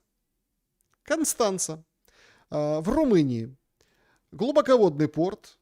Логистический, понятно, хаб для Украины очень важный, интересный. Плюс там есть нефтяные вот эти, скажем так, нефтяные, ну, как подходы, не знаю, доки. В общем, там терминалы тоже. И вот прям туда и отправился дрон. Дрон сначала не взрывался. Он, так сказать, приплыл. Был по таймеру выставлен со взрывчаткой. Ровно такая же картина, помните, да? Ровно такая же картина несколько недель назад была и в Греции. И тогда цыкнули на Грецию, сказали, сядь под лавку, забейся. Греция, подумаешь, Украина обороняется, делает, что может. А тут увидели какой-то очень интересный дрон. Но явно не российский. Чей? Непонятно чей. А может, у россиян появились такие? Все это россияне бьют уже, так сказать, по российской, по украинской, так сказать, логистике, по украинским схемам, там, поставки оружия, по партнерам. Смотрите, сколько натыкано датчиков РЭБа от, скажем, от воздействия беспилотника воздушного. Ну, то есть все, как вы понимаете, серьезно. Все сразу увидели сходство с Sea-Baby, хотя это там Sargan 8000, или Сайган правильно называется. Короче, дрон украинский. Это подтвердили даже сами военно-морские силы Украины. Во время исполнения заданий в Черноморской оперативной зоне один из морских безэкипажных катеров под действием средств РЭП противника потерял управление и оказался возле Румынии.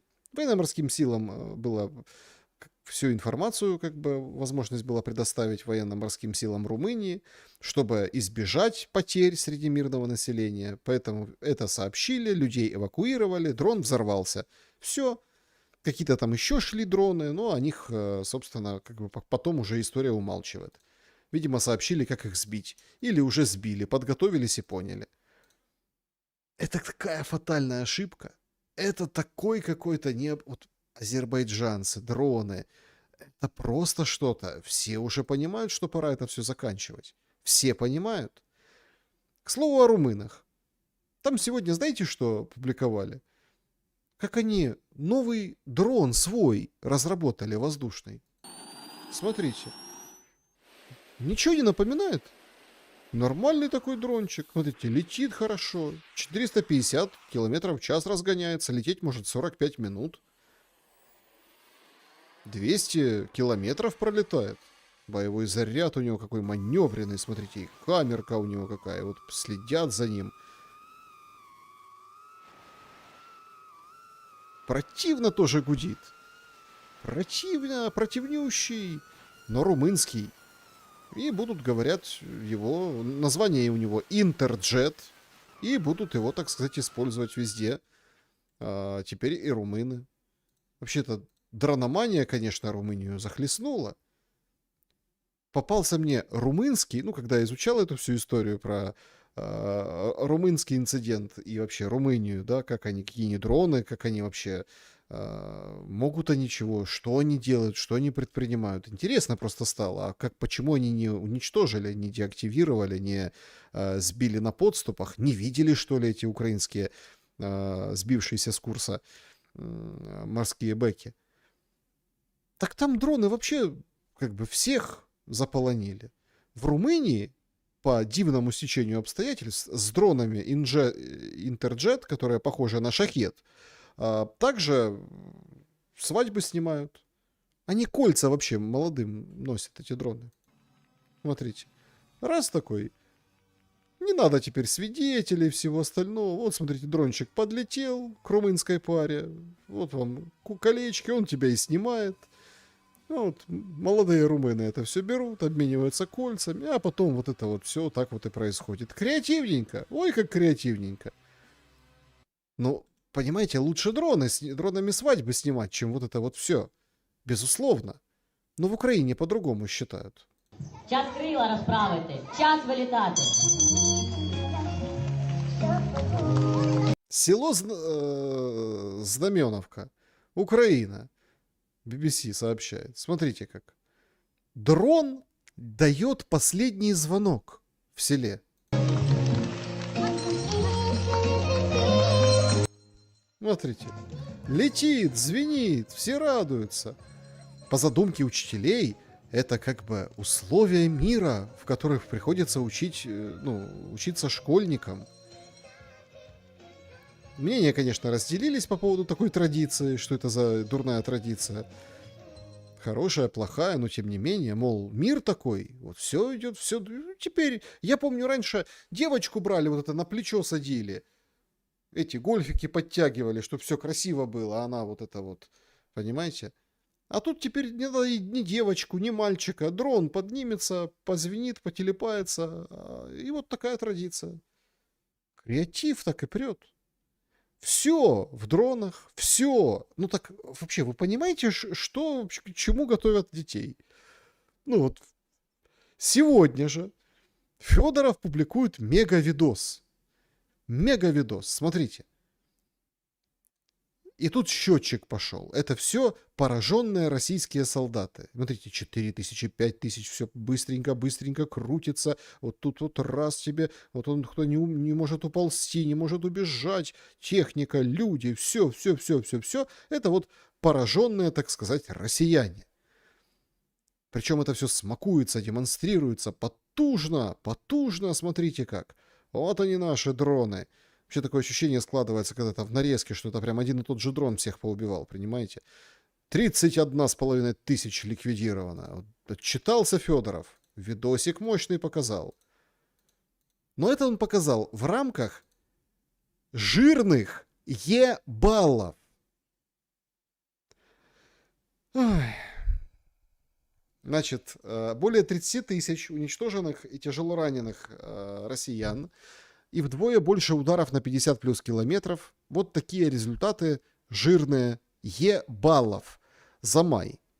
Федоров говорит, что 31,5 тысячи российских военных ранено или убито. Все больше и больше гибнет за километры от украинских позиций. По заданию Зеленского масштабировали удары по целям на расстоянии 20-150 километров. Вдвое возросло, так сказать, количество отражений вражеских целей на расстоянии более 50 километров. Рекордные показатели по уничтожению автомобилей и мототехники. В мае силы обороны сбили рекордное количество шахедов, несмотря на то, что противник запускал более 10 тысяч дронов, на 25% больше, чем в апреле. Количество сбитых выросло на 50. Важную роль в этом отыграли дроны-перехватчики. За месяц военные выполнили более 14 тысяч логистических эвакуационных миссий с помощью этих роботов наземных, которые там грузовых перевозят. И в среднем 455 миссий каждый день, во время которых опасную работу по эвакуации роботы выполняли, а не люди. Ебалы позволяют в режиме реального времени видеть, какие подразделения, технологии, тактики дают лучший результат, быстро масштабировать на них, их на всю армию. Спасибо каждому военному за результат, поблагодарил всех Федоров. Слушайте, такие классная статистика, это публикуется в СМИ. А тут тоже возникает вопрос, вот как по письму Зеленского Путину, а это для кого? Для Путина? Вряд ли. Для украинцев? Ну, тоже так себе. А может, это для Запада? Может. Так вот, это Федоровская точно для Запада. Это вот как инвестиционная программа. А что на земле?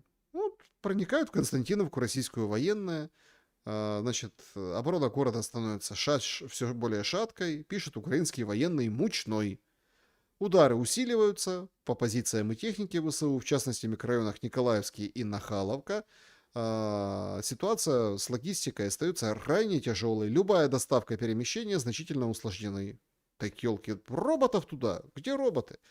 Значит, в результате оборона Константиновки постепенно становится более шаткой из-за постоянных инфильтраций противника, сложностей с логистикой, приобретает характер слепой обороны, когда противник потенциально может появиться практически в любой части застройки, пишет нам солдат Мучной. Ну, Мучному что, надо доверять. Это ж не какая-нибудь там российская пропаганда. Вот другой военный говорит, що ви тут, извините, федоровськими шапками всіх не закидаєте. Не варто будувати собі ілюзій. Російська армія все-таки велика машина, і вони становлять загрозу. Я не хочу, щоб завтра хтось говорив, що ми вже ситуація на фронті змінилася, і ми все перемагаємо Росію. Це помилкова і хибна думка. На нашому Добропільському напрямку воює 8-ма армія, 51-ша армія, 41-ша армія, угрупування морської піхоти, десантники. І уявіть собі, що проти такого воювати бригадами чи ротно-тактичними групами практично неможливо. Вони створюють батальйони безпілотних систем. І це відбувається прямо зараз. Тобто є хибним думка про те, що у нас так, що Росія довга там машина і так далі. Ні, вони реагують, вони створюють підрозділи, вони в себе створюють оргштатні зміни, вони теж будуть впроваджувати уже окремий рід військ. Це говорить наша розвідка, і це в дійсності так. Какой-то агент, наверное, российский. Это ж надо.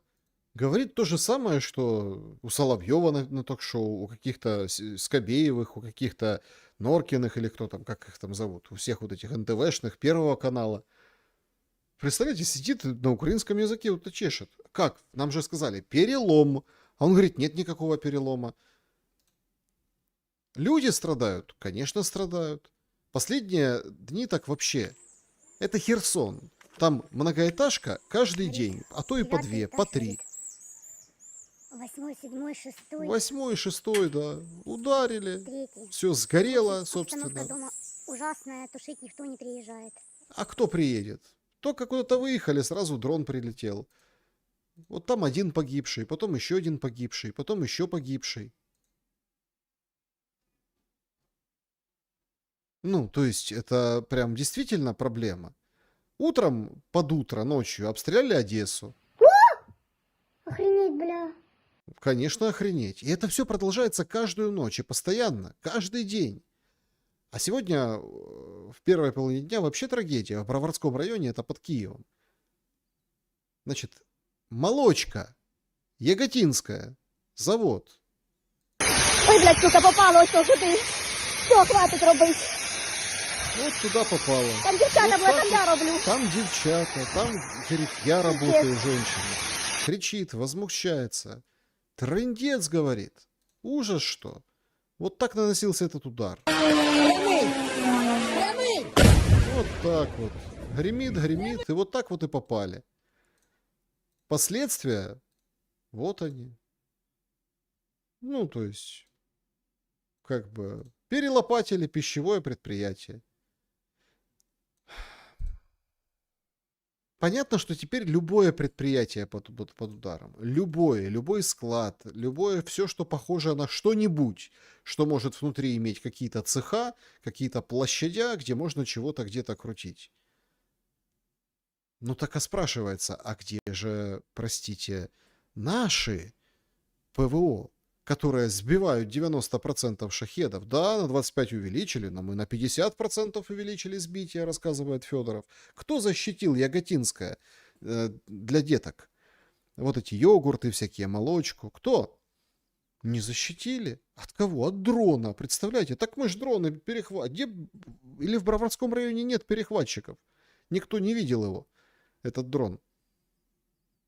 Зато все начинают оправдывать Миндича. И знаете как? Красиво. Красиво. Люди, які створювали Петріоти, створювали їх не для того, щоб хтось розробив аналог і дешевший, і там, де вони історично через лоббі в усьому світі організовували контракти, організовували своє виробництво, витратили багато грошей, мільярдів і так далі, для того, щоб розробити ці Петріоти, і потім хтось в Україні, якийсь, я приведу зараз цікавий. Миндич. Сейчас он приведет интересный пример. Говорит, американцы не для того патриоты разрабатывали, по всему миру их отправляли, чтобы потом какой-то умный Миндич и Штиллерман пришли и сказали, а давайте мы сделаем ваши патриоты только дешевле. Ну там корпус не из железяки, а из пластиковой трубы. Ну вот это примитивное самое. Да, вот там наведение вот такое, а сейчас будет вот такое. Дайте нам схему, дайте нам лицензию, и мы будем делать патриоты. Ну, такі лайт-патріоти. Такий приклад, який я вважаю, до речі, можливо, ми до експорту, коли перейдемо, то він буде релевантний. Вони вбачають в цьому конкуренцію. І це як Рейнметал, який каже, що домогосподарка, розумієте? Рейнметал говорит, почему, говорит, что у нас там дроны, домохозяйка, на коленке собраны? Потому что мы конкуренты Рейнметал, мы конкуренты Lockheed Martin, мы всем конкуренты. Миндич всех победил. Тут не хватает только технологий, не хватает только денег. У них же ж це рішення вже є, воно працює.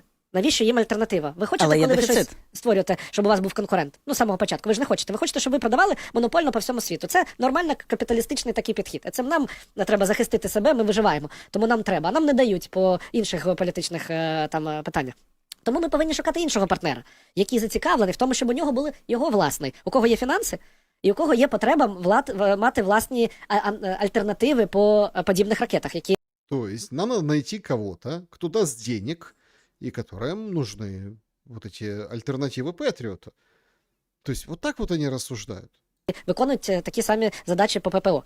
І от там ми повинні шукати гроші і партнерство. І це публічно не завжди можна і треба взагалі казати. Давайте повернемося до кейсу з славнозвісним Фаєрпойнтом, який розробляє балістичні ракети. Ну, ви ж бачите в інфополі, що відбувається з ним? Ну, як ви думаєте, це суто тому, що у нас така кон'юнктура, якась корупція, і хтось когось просуває? Не тільки.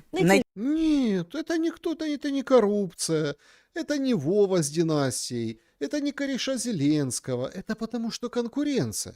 Чего вот это вот американцы окрысились? Да потому что это прям сейчас вот этот Firepoint только голову поднял, начал там клепать ракеты и дешевле, и такие хорошие. А говорит, подождите, а мы? И сразу сказали, что вы коррупционеры, а так бы не сказали. Є зовнішній в тому числі вплив. Чому? Тому що це конкурент. Тому що якщо ми зробимо свою балістику, то ми точно будемо її продавати по всьому світу і заробляти на цьому гроші. Ну, як мінімум, ми не будемо купувати. Як мінімум купувати ми не будемо, і не будуть купувати ті, кому ми продамо. Ай, представляете, как хорошо.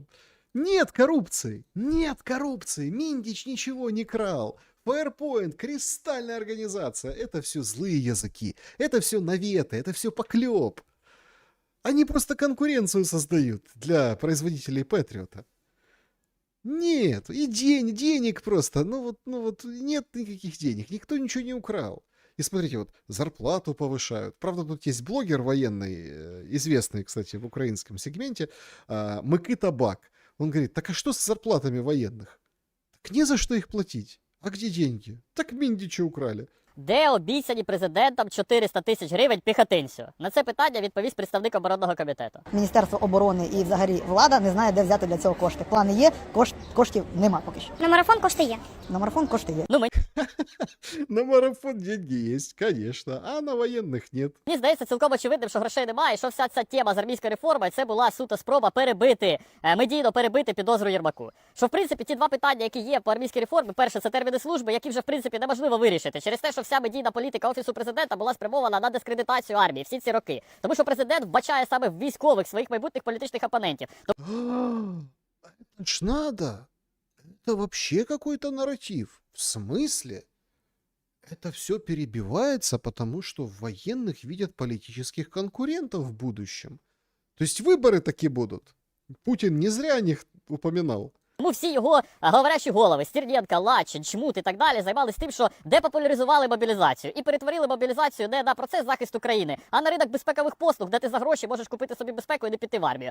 Так сейчас тоже ценз по зарплате, бронирование, зарплата должна быть нормальная. Армія — це у нас таке місце, куди ти підеш і обов'язково загинеш. На жаль, у нас була проведена така медійна політика. Я розумію, що зараз вже вирішити питання термінів служби неможливо, але чому не підкинути грошей? Ну, я багато з ким спілкувався, всі були впевнені в тому, що грошей точно підкинуть. Але чомусь і грошей на армію у нас нема. Що, всі гроші у Міндіча, блядь? Чи всі гроші у Єрмака? Чи всі гроші інвестовані у Фламінго? Тоді чому 500 Фламінго кожен день не летить по Москві? Чи нам... Так потому что конкуренция, тебе ж объяснили. Что ты тут возмущаешься, сидишь там в кустах?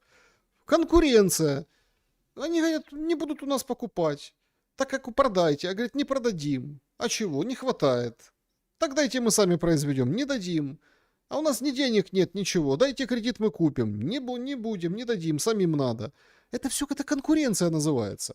А вот такие вопросы. Почему 500 фламинго не летит по Москве? Треба Міндіча з Ізраїля повернути для того, щоб 500 блядь, Фламінго полетіло по Москві. Ну, ми знаходимося в якомусь театрі абсурду, який треба закінчувати, а закінчувати його можливо тільки, якщо президент зрозуміє, що він за 7 років не зміг побудувати сильну владну вертикаль. Що все, що він зміг побудувати, це 5 ефективних менеджерів, всі які з підозрами або сидять. І цілком зрозуміло, що владою треба поділитись, треба створити уряд національної єдності, який знайде дипломатичний вихід з цієї війни, і після того ми зможемо провести армійську реформу. Вот, надо, вот посмотрите, все очень просто. Надо разогнать, всех собрать, всех, кто остался. Вот это вот, как Буданов говорит, давайте после войны разбираться, кто чего, давайте вообще как бы все, тотально всех все простили, собрали, объединили, и тогда вот с ними, вот с этими можно договариваться и с Путиным.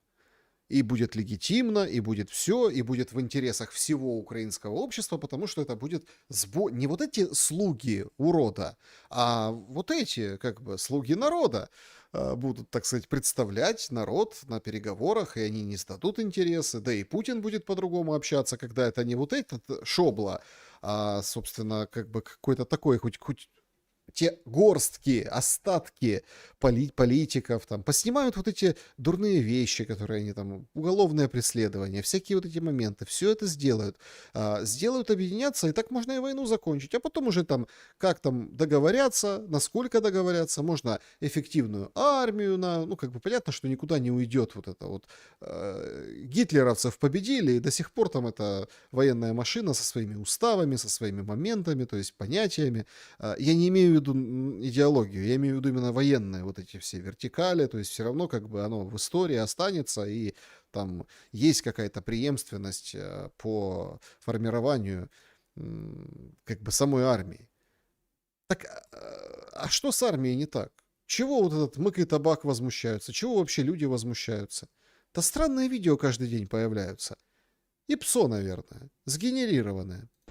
Ось такі у нас заходи виховання проводять командири 53-й з тими, хто не слухається. От один до СЗЧ тікав, піймали, другий скидуватись грошима не хотів. Ну, сидять тепер хлопці. А нам їх забороняють годувати, поїти. Ну таке. Скидываться не хотел в СЗЧ, а сейчас запрещают их кормить, поить, посадили в яму и сидят. Нет, таких видео можно нагенерировать. Это может быть там информационно... Опять-таки, делаем скидку на это. Ну, такие случаи уже просто были, реальные. С реальными расследованиями и с реальными разбирательствами. Кого-то посадили, не знаю. Но разбирательства были там задержания, были какие-то допросы. Яма. Все, хотел сбежать, другой не хотел платить. Нормально. А потом спрашивают, что в армию не идут? В Хмельницком чудесное исцеление произошло. Екіпаж патрульної поліції міста Хмельницького. Ви ініціатор розшуку по СЗЧ, на нас людина. Так, повідомте, будь ласка, місцевий відділ ВСП. Все, треба проїхати з нами. З нами? Так. Дивіться, повідомляю, що при перевірці документів було видно, що ви знаходитесь в СЗЧ. Ви в нас прибуваєте в розшуку. Вот это вот СЗЧ, вы в расследовании, я вам сообщаю, тут решил дёру дать, но его быстренько поймали. Тримай, чуєте мене? Тримай воду. Чекайте, давайте я перехвачу. Ну, тут, понятно, ударился, вызвали скорую помощь, ему стало плохо, его быстренько положили. Ну, а потом произошел побег из скорой помощи. Ну, вот там, где стрелочка. Раз такой. И побежал себе. Вот вам такое СЗЧ. Вот, пожалуйста. Дальше, вот он в своей курточке вот это. И вот так это все и происходит. Конечно, будет СЗЧ, потому что сидение в яме не добавляет воинской дисциплины. Сидение в яме мотивирует других быстрее бежать. А почему вообще, откуда взялся ноябрь у Зеленского, у Буданова? Откуда вот до ноября повоевать? Понятно, что у меня на канале все рассказывают, что это связано каким-то образом с выборами в Конгресс. Конгресс приняли, Нижняя палата приняла помощь Украине, там вернуть, небольшую, но вернуть, оружие продавать, вот это все. Сейчас дальше Сенат должен утверждать, а потом с Трампом это все согласовывать. Но дело не только в Америке. Дело еще и в том, что у нас внутри. А внутри беда. Есть такой депутат Александр Колтунович. Он из АПЗЖ. Ну, сейчас там по-другому называется. Его там еще часто называли бухгалтером Медведчука. И ничего, нормально. Сидит, не отсвечивает особо. В парламенте работает. У них там вот это вот осколки из тех, кого не добили, собственно, репрессиями, вот как Шуфрича и других товарищей, не выдавили, не выгнали. И вот они там сидят, подголосовывают слугам, потому что они как бы в заложниках политических и физических у режима Зеленского и обеспечивают там своими не такими стройными, но рядами, в общем-то, действующую политику, потому что на каждого можно сразу госизмену и в СИЗО. Никто этого не хочет, а еще больше боятся люди, ну, что их ограбят, потому что зеленые грабят резко. Так вот, этот депутат Колтунович розказав, почему ноябрь місяць дедлайн. Міністр попередив, що вони чому готуються до листопада місяця, оскільки з листопада вони очікують знову енергетичний удари по енергетиці, ну і економічний ж фактор, ми ж тут не відкидаємо, це ж не тільки просто енергетика, як комунальний чи як побутовий фактор, а це ж і економічна категорія. І основа економіки. І тому з цієї точки зору якраз вони готуються, як це було коректно ретранслювати і передати, що фронт пересувається у всі міста, тепер лінія розмежування переходить повністю в кожне місто, тому що фактично зараз технологічний стан воєнного стану у нас такий, що ті технічні можливості, що можуть, в принципі, долітати БПЛА до будь-якого населеного пункту в необмеженій кількості, ракет і так далі. І тому якраз от міністр оборони, який там презентував ряд концептуальних моментів, фокусував увагу на осінньо-зимовий опалювальний період 2026-2027 років, і готовності України протистояти тим викликам, які будуть. Ну і вже от якби попередили, що зима нехай у нас буде тепліша, да, в силу там кліматичних факторів, але удари можуть бути більш інтенсивнішими, і шкода може бути більш інтенсивніша з урахуванням того вже бекграунду, який у нас є з минулого опалювального сезону, де у нас була зруйнована значна кількість і теплової генерації, там і підстанцій. Короче, о чем он? Начнется война городов. Давайте я так проще вам скажу. И Федоров говорит, что надо как бы по-другому готовиться, потому что война городов — это когда поднимают дроны, и они атакуют и отключают город. Большой, маленький, ну, скорее всего, с райцентров начнут. Вот выберут райцентр какой-нибудь, да, логистически важный, и просто его выключат. Ни света, ни воды, ничего, то есть все, ни газа, до свидания. То есть вот просто коробки и все, и какая-то там дорога. Ну, как бы вот такая начнется война. А это гуманитарная катастрофа. В одном, втором, причем неважно где. Далеко от фронта, близко, по тот берег Днепра или по другой. То есть вот к такой войне. Поэтому эта война, она будет вот такой. С тем количеством дронов, с тем количеством ресурса, с тем умением. Вот такая будет война городов. Именно такая. Ну а пока все ждут войны городов, зимой, готовятся к самому страшному, украинцы просто сжирают себя изнутри. Вот прям сжирают и причмокивают украинским языком. Крапивницкий, скандал, продавщицу, ментов вызвали, на ценнике не то написала, представляете? Ну что, пришло время самых мега офигительных историй. Утром, короче, ничего не предвещало беды, разлажилась. Пришла женщина, сейчас подивилась, пішла. Проходить, наверное, минут там 15, приїжджає поліція. Що у вас сталося? Говорю, та наче нічого, ще поки не сталося. Думаю, може не до мене ошиблась. Та ні, ви визивали поліцію. Говорю, я не визивала поліцію. Підходить женщина. Я визивала поліцію. А что вызывала? Женщина. Полицию вызывала? На кого? На продавщицу? Он в магазинчике? Ну, інтересно. Ну, типу, ну що у вас сталося? От оця дана громадянка, вона є посібником Кремля. Смотрите, какое у него лицо. Как у настоящего пассивника Кремля. Вот я вам только что показывал этого бухгалтера Медведчука, а это вот, смотрите, это кто? Это кухарка, наверное, Медведчука. Это кто? Или там, это такая внебрачная кума Путіна. Говорю, да. Всіх я знаю, що в людей в голові. Вони типу, ну чого, що. Коротше, бере вона от оцей ценник. Вот этот ценник. Смотрите, написано «Цвітна капуста, 150 гривень». Ну, это там зеркальное отображение. Цвітна капуста. Цвітна капуста. Чому цінник написаний російською мовою? Говорю, в смислі російською? Вони, типа, в чому проблема? Ну, не цвітна, а кольорова. Говорю, якого вона? Кольорова. Это все, ребята, это просто какой-то кольорова капуста. И она ментов вызвала. Женщина.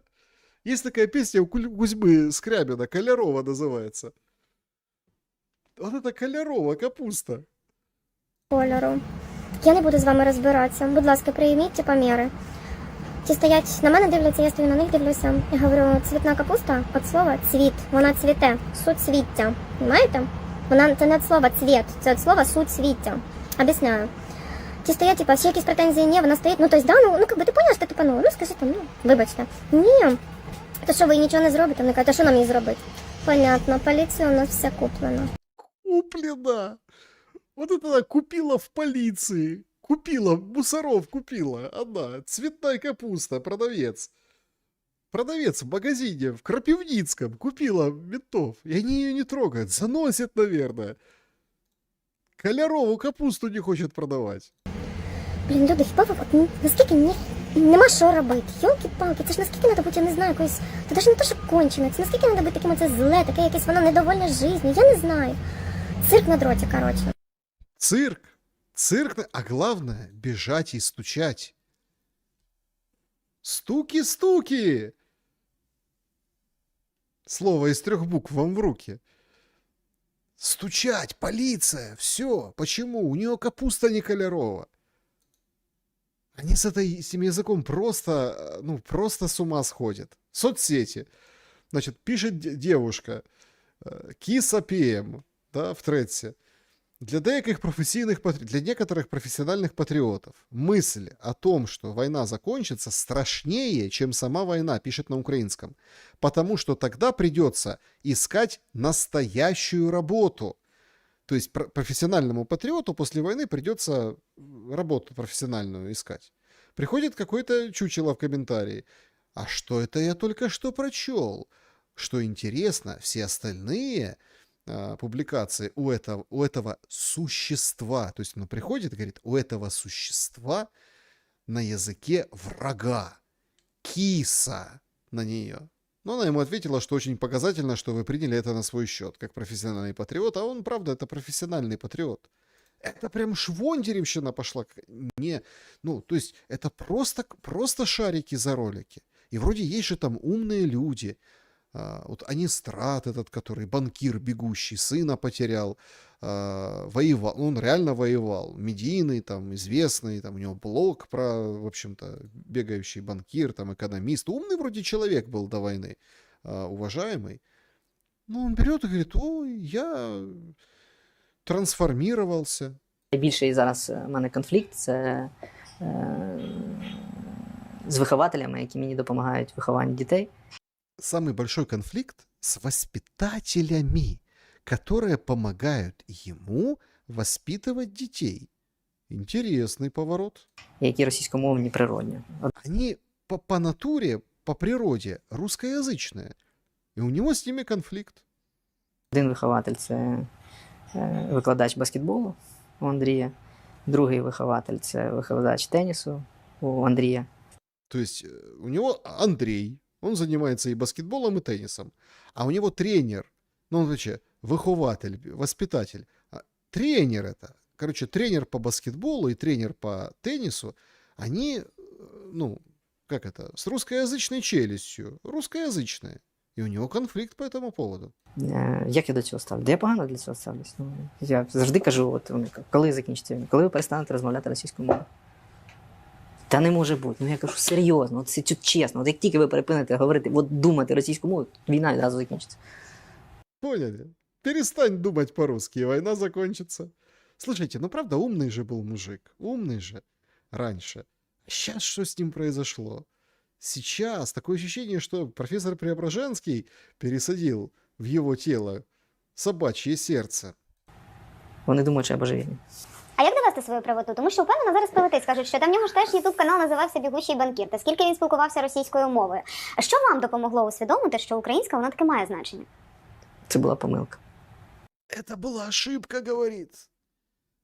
Значит, это то, что вот прошлая жизнь вся, это была ошибка. З мого боку. Ну, помилка, на яку пішло скільки? Половина життя? Ну, трансформація – це така штука, вона важка насправді. Це серйозний дуже скіл, вміння трансформуватися. І, на жаль, так, на жаль. Скилл. Истинное украинское слово. Ну, навык, да? Умение трансформироваться. Это просто какое-то это просто. А потом, ну, это в моменте вот, ну, какой-то одной судьбы, одного человека. Какой-то припудренной на рынке, которая домахалась и говорит, должна быть кольоровая капуста. Это вот в этой рамке, вот в этой. А есть же там еще и дальше рамки, да? Поколенческие, мировоззренческие, политические. Булгакова снесли. Ну, щойно, да, забрали його? Бачите, що вам так. Все. Залишки Булгакова, та ви що, це скандальний момент. Вообще момент. Та вы шо, говорит, ничего себе. Вау. Вау! Вы знаете, вот это ужас, когда сняли Булгакова, они все-таки его сбили, все-таки это Киевсовет, там эти все поприезжали, вот, послезали с гор, с полонины. Да, не киевляне, да, я все понимаю.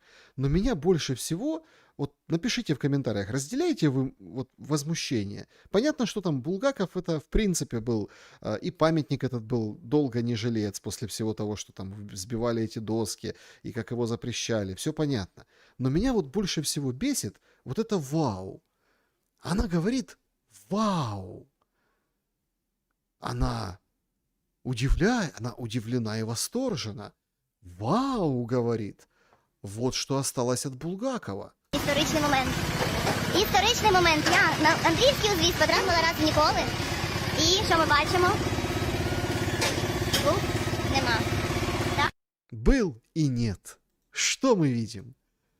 И люди там сразу там приходят, там опрос делают там же, на Андреевском спуске. Интересуются. Мені подобався Булгаков, я проти того, щоб знести лопату. То есть скромная девочка, такая немножко нервная, чуть-чуть оглядываясь по сторонам, говорит, мне нравился Булгаков, я против, что его снесли. И хамыль-хамыль, и в кусты. Ця постать така неоднозначна, як то кажуть, да? Но ті, хто склоняються більше україномовної позиції, вважають, ну і я в тому числі, що його не має бути.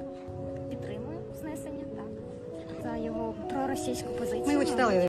Пророссийскую позицию. Украинская... Те, кто на украинском говорят, считают его... Мы его не поддерживаем. У Булгакова была пророссийская позиция. Путинец! Путинец! Якщо на його місце поставить щось українське або пам'ять українському якомусь письменнику, це буде чудово. Это будет прекрасно. Украинскому... Какому? Какому? Ну вот какому? Какатюхе! При жизни надо кому-то ставить. Так давайте поскребем каких-нибудь какатюх, понимаете? Давайте поскребем. Посмотрим биографию, а где они жили до 91 года. Надо кому-то, кто не жил до 91 года, какому-нибудь писателю, вот кого не было, вот прям при независимом, вот и памятник ему поставить. Есть такие, которые за эти 30 лет померли уже, но писатели были, но мы просто о них не знаем. Значит, надо раскрутить и поставить памятник. Ну, это все. Посмотрите, родился в 91-м, 25 августа, там, помер. А еще лучше, если на войне погиб какой. О, вообще будет замечательно. То есть, вот какой-нибудь писатель. Вы его читали? Нет. Почему? Говно писал. Но это наш. Людина, яка просувала російські наративи, ну, імперські наративи. Тому, мені здається, так має бути, це процес деколонізації. Ну, або його помістити в специфічний контекст. контекст. Нічого місто не втратило від того, що цього пам'ятника тут немає, а в культурному якомусь ментальному контексті не здобуло.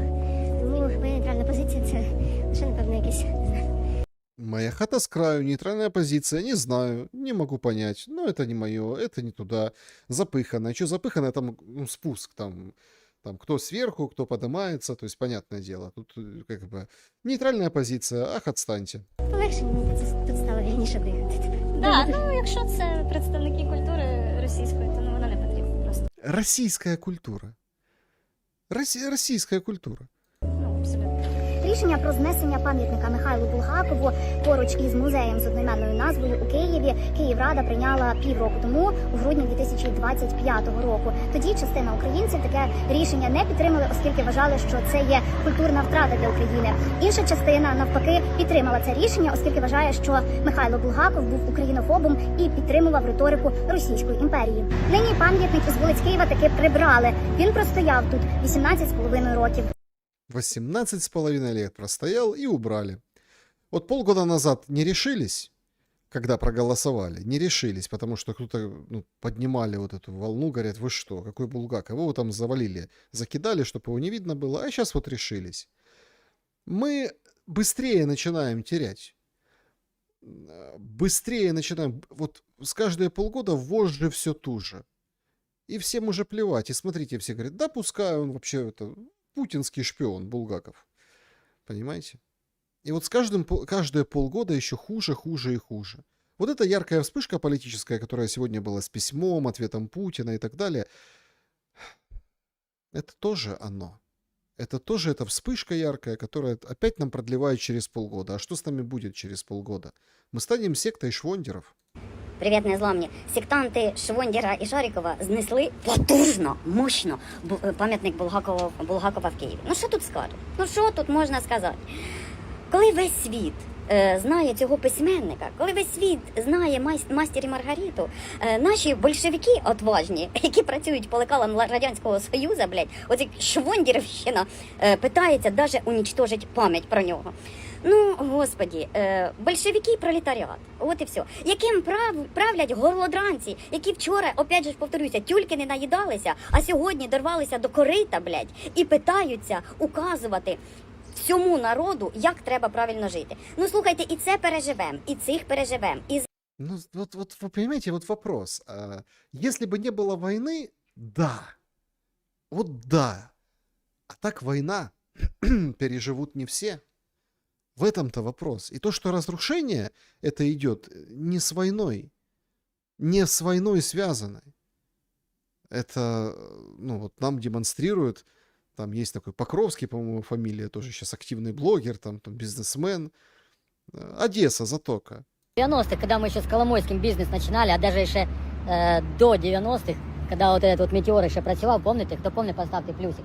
Де раніше концерти були кожні вихідні і по 2 рази. Тобто приїжджав Віктор Цой, він виступав п'ятниця, субота, неділя, по-моєму, навіть 4 дня, по 2 концерти було. Я на всіх концертах був. І так, хто не приїжджав, виступав, було по декілька днів, виступали і по 2 концерти. Один, через годину, через 2 другий. Тобто люди вийшли, всі пройшлися, поприбирали і заходили інші, як в кінотеатрах.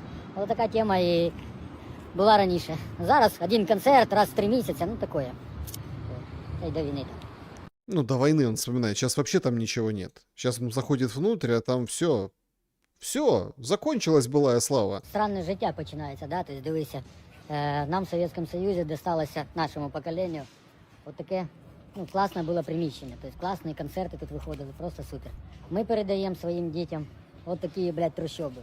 Наші батьки відбудували, все це зробили, а ми дітям віддаємо трущоби. Да. Вот кто еще так может мыслить? А что мы оставляем детям? Ну, у нас же какой был нарратив? Мы должны воевать, чтобы не оставить детям войну. Так мы детям оставим и войну, и вот это вот все. Вот эту всю разруху. Стидно, не? А мені реально стидно. Он я з малим хожу, показую, розповідаю йому, а він не може зараз це все зробити. Не может поверить, как это там «Ласковый май» пел, как это приезжали туда, Цой приезжал. Вот в комментариях тоже у него пришли, вспомнили. Значит, это метеор, типа, да, он самый, но это такой, это Ющенко-фил, вот этот товарищ, вот этот Роман Покровский, говорит, это при Януковиче такого не было, говорит, при нем вообще был Хавайся, а вот при Ющенко, если бы сейчас был бы Ющенко, то как в Китае бы жили, ну, это такое, это его взгляды, но вопрос не в нем, не в его взглядах. Люди пишут, это метеор, он самый, там радиорынок был, и концерт был, Кроликов и Филимонова. А другая вспоминает, 89-й год, «Ласковый май», Шатунов. Мне 17 лет было тогда. Было так хорошо, так супер. Сейчас мне 54. И как это больно смотреть. То есть мы разрушили то, что было. И детям не оставили ничего. И это Шариковщина тоже. Швондеревщина тоже. Такая же. Вот Луцк. Сюжет на местном телевидении. Думаєте, це було влучання шахеда? Ні, то луцька підприємиця так з'їхала з орендованої комунальної ділянки та так, що позривали навіть бруківку і розібрали тротуар. Міськрада змушена була заявити у поліцію. Ми на вулиці Набережній. Тут була тимчасова споруда-магазин. Майже 2 роки тому міськрада відмовила підприємиці продовжити термін оренди землі. Значит, у нее был магазин, горсовет отказал. Ну, видимо, надо было занести, время там и так тяжелое. Ну, в общем, Луцк, конечно, далеко от войны, но периодически, конечно, постреливают. Ну, общее это состояние в стране задница. И вот она говорит, давай продолжать аренду. Вот, смотрите, у меня там инструмент всякий, какие-то там красочки, болтики, вот это все. Давай, мол, продолжим аренду мне магазина. Те, видимо, не договорились, или появился какой-то другой претендент на это место. Ну и, в общем, сказали, уезжай. Та стала судитися і програла скрізь, в тому числі і у Верховному суді, кажуть в міськраді. Зауважують, що підприємиця Оксана Зязюк добровільно не звільнила земельну ділянку, тож в департаменті муніципальної варти вирішили примусово демонтувати споруду. І тоді почалось найцікавіше. Значит, она отказалась уехать, да, выехать, и они силком разбили то, во что она вкладывала. Душу, силы, то есть силком. Сняли, снесли. И потом она решила мстить. Підприємиця просила зупинити демонтаж, мовляв, сама все зробить. Не проводила самостійно цей демонтаж. Тобто вона обманула і обманним шляхом пробувала далі залишити цю конструкцію. 28 травня ми проводили і продовжили проводити далі демонтаж. Вона зобов'язалася прибрати залишки дахівки і мінвату самостійно. І замість того, щоб впродовж 4 днів це здійснювати, ми виявили факт того, що вона почала розбирати міську бруківку по законодавству, коли їй надавали договір оренди землі, і суб'єкт господарювання зобов'язується відповідно зробити благоустрій. Жінці дозволили тут вести бізнес і заробляти гроші ще з 2012 року. Дали землю в оренду для розташування автосервісу. Мало бути 5 мафів, а спритна підприємиця стала використовувати ділянку не за цільовим призначенням, зауважили в міськраді, от і не продовжили оренду. Ну, короче, значит, 14 лет все было нормально. 14 лет. Она как бы поставила эти малые архитектурные формы, да, должна была быть какая-то там стоянка, автосервис, а она вот там торговала. 14 лет все было хорошо, а сейчас вот она вот такая-сякая, і не продовжили оренду. Так а чого вона брусчатку почала сривати? Вона це все перепланувала під один, здала в суборенду третім особам, їх запевнила, що в неї є всі документи дозвільні, в них все гаразд. Треті особи не знали, що немає цих паперів, бо вона зовсім інші витяги і документи їм надала. Тобто це теж шахрайські дії. Підприємиця понад 10 років користувалась землею громади як заманулась, а наостанок залишила після себе розритий тротуар і зірвану бруківку. Так би мовити, подяка громаді за прибутковий бізнес. Демонтаж цієї бруківки не здійснювала Зязюк Оксана, здійснювала Кушнір Наталія, яка, маючи доручення на представлення інтересів, вживала і здійснювала ці заходи. Представниця підприємиці пояснює, мовляв, та забирає своє, бо вкладали бруківку за власні гроші. За власні кошти. Займаючи підрядну організацію. У мене є акти виконаних робіт від підрядних організацій, які вставляли ту бруківку. Законно. У договорі прописано залишити земельну ділянку в такому стані, якому брали. Тобто повернути в такому стані, якому брали. Саме в такому стані земельна ділянка повертається. Впродовж дії договору оренди, а це загалом десь 14 років, жодних претензій щодо неправильного використання одного чи 5 мафів від Луцької міської ради не надходило. Ну, понятно, не было никаких претензий, а тут, когда срок аренды вышел, не договорились. Понимаете? Не договорились. Ну и вот так вот, собственно, вырывают, уходят, уходя, уходи. Мы клали эту за наши деньги, это благоустройство, мы его заберем. Как вы нам дали, так и забирайте. И вот это вот так это все и работает.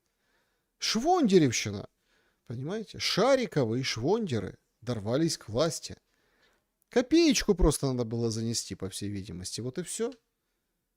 А вот, например, сегодняшняя новость, это же тоже что-то потрясающее. Теперь есть такой, у нас есть Зеленский, а есть Еленский. Еленский, тот, который, у него там служба возглавляет, он профильную по религии, по церквям. Украинцам хотят разрешить официально венчаться в церкви без ЗАГСа. В этом случае священник должен получить от государства полномочия на регистрацию брака. Подобная практика существует во многих странах мира, нам говорят. Поэтому и в Украине такое будет, а чего нет. Короче, теперь священники, ну понятно какие, да? ПЦУ, священники будут работниками ЗАГСа. Полномочия получили и могут расписывать людей. А что удобно, расписал и все. И зарплатку, наверное, будут получать. Зарплатку. Священники, которые венчают и как бы расписывают заодно. Прекрасный ход, потрясающая реформа. Вообще не пересекается. Там церковь и мирское вообще не пересекается. Зато пересекается в других отраслях. Сегодня сообщили, что во Владимире-Волынском, во Владимире-Волынской области ТЦК задержали настоятеля Преображенского храма УПЦ протоиерея Богдана Кацевича. Заявлено, что священника силой задержали, когда он возвращался из больницы вместе со своей беременной женой, без никаких объяснений и вопросов. В ТЦК у него случился сердечный приступ, скорая заявила о необходимости немедленной госпитализации, а руководство ТЦК отказалось его отпускать. Лежал, пока не пройдет. То есть одним священникам еще и государственную денежку регистратора дадут, а других вот это вот даже с сердечным приступом из ТЦК не отпускают. Швондеревщина. Шариковщина. А если кто-то что-то делает, но нужно получить, больше звезд на погоны, надо вписывать русский след. Сегодня в Житомирской области задержали 17-летнюю девушку. Ее подозревают в убийстве военного. По версии следствия, жительница Бердичева завербована была российскими спецслужбами. В 17 лет завербовали, представляете?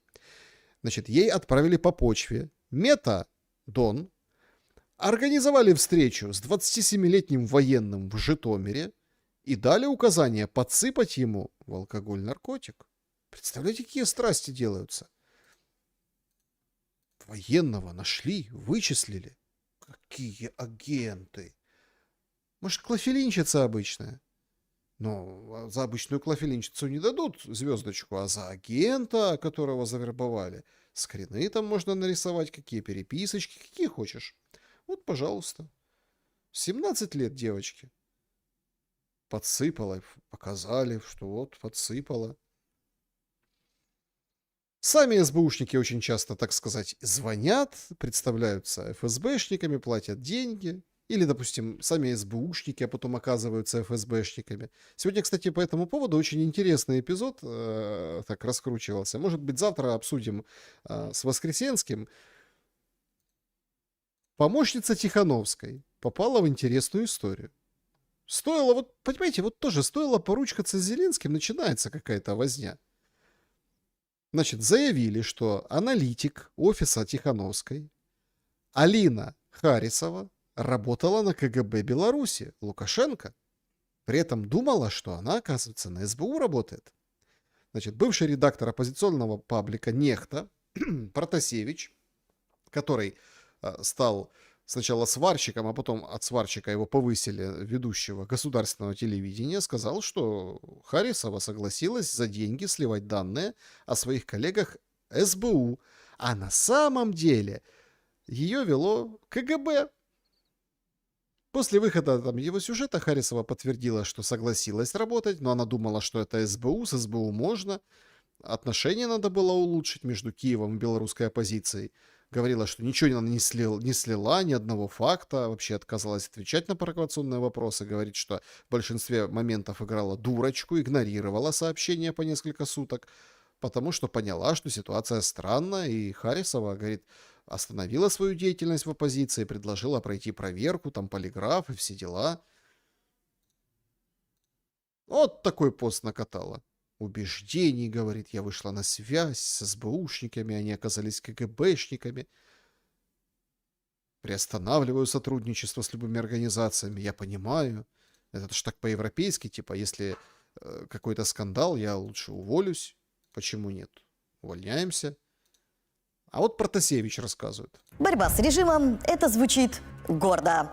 Приглушенный свет, дорогие рестораны, звон бокалов на оппозиционных корпоративах. Отличный соцпакет, командировки, статус эксперта или видного советника. Картинка человека с железобетонными принципами.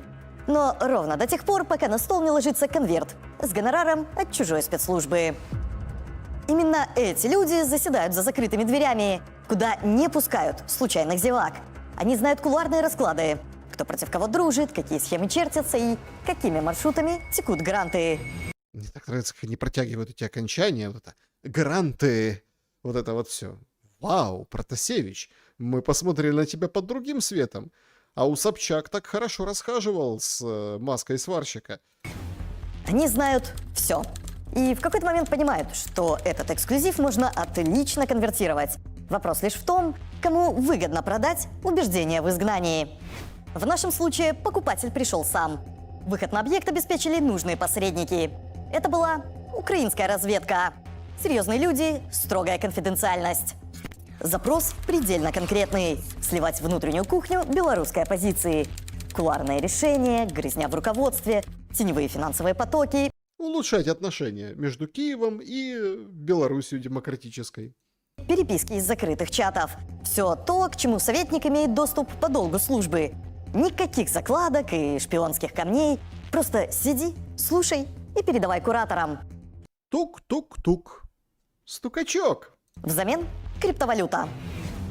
Долго наш человек с позиции не раздумывал. Ударили по рукам.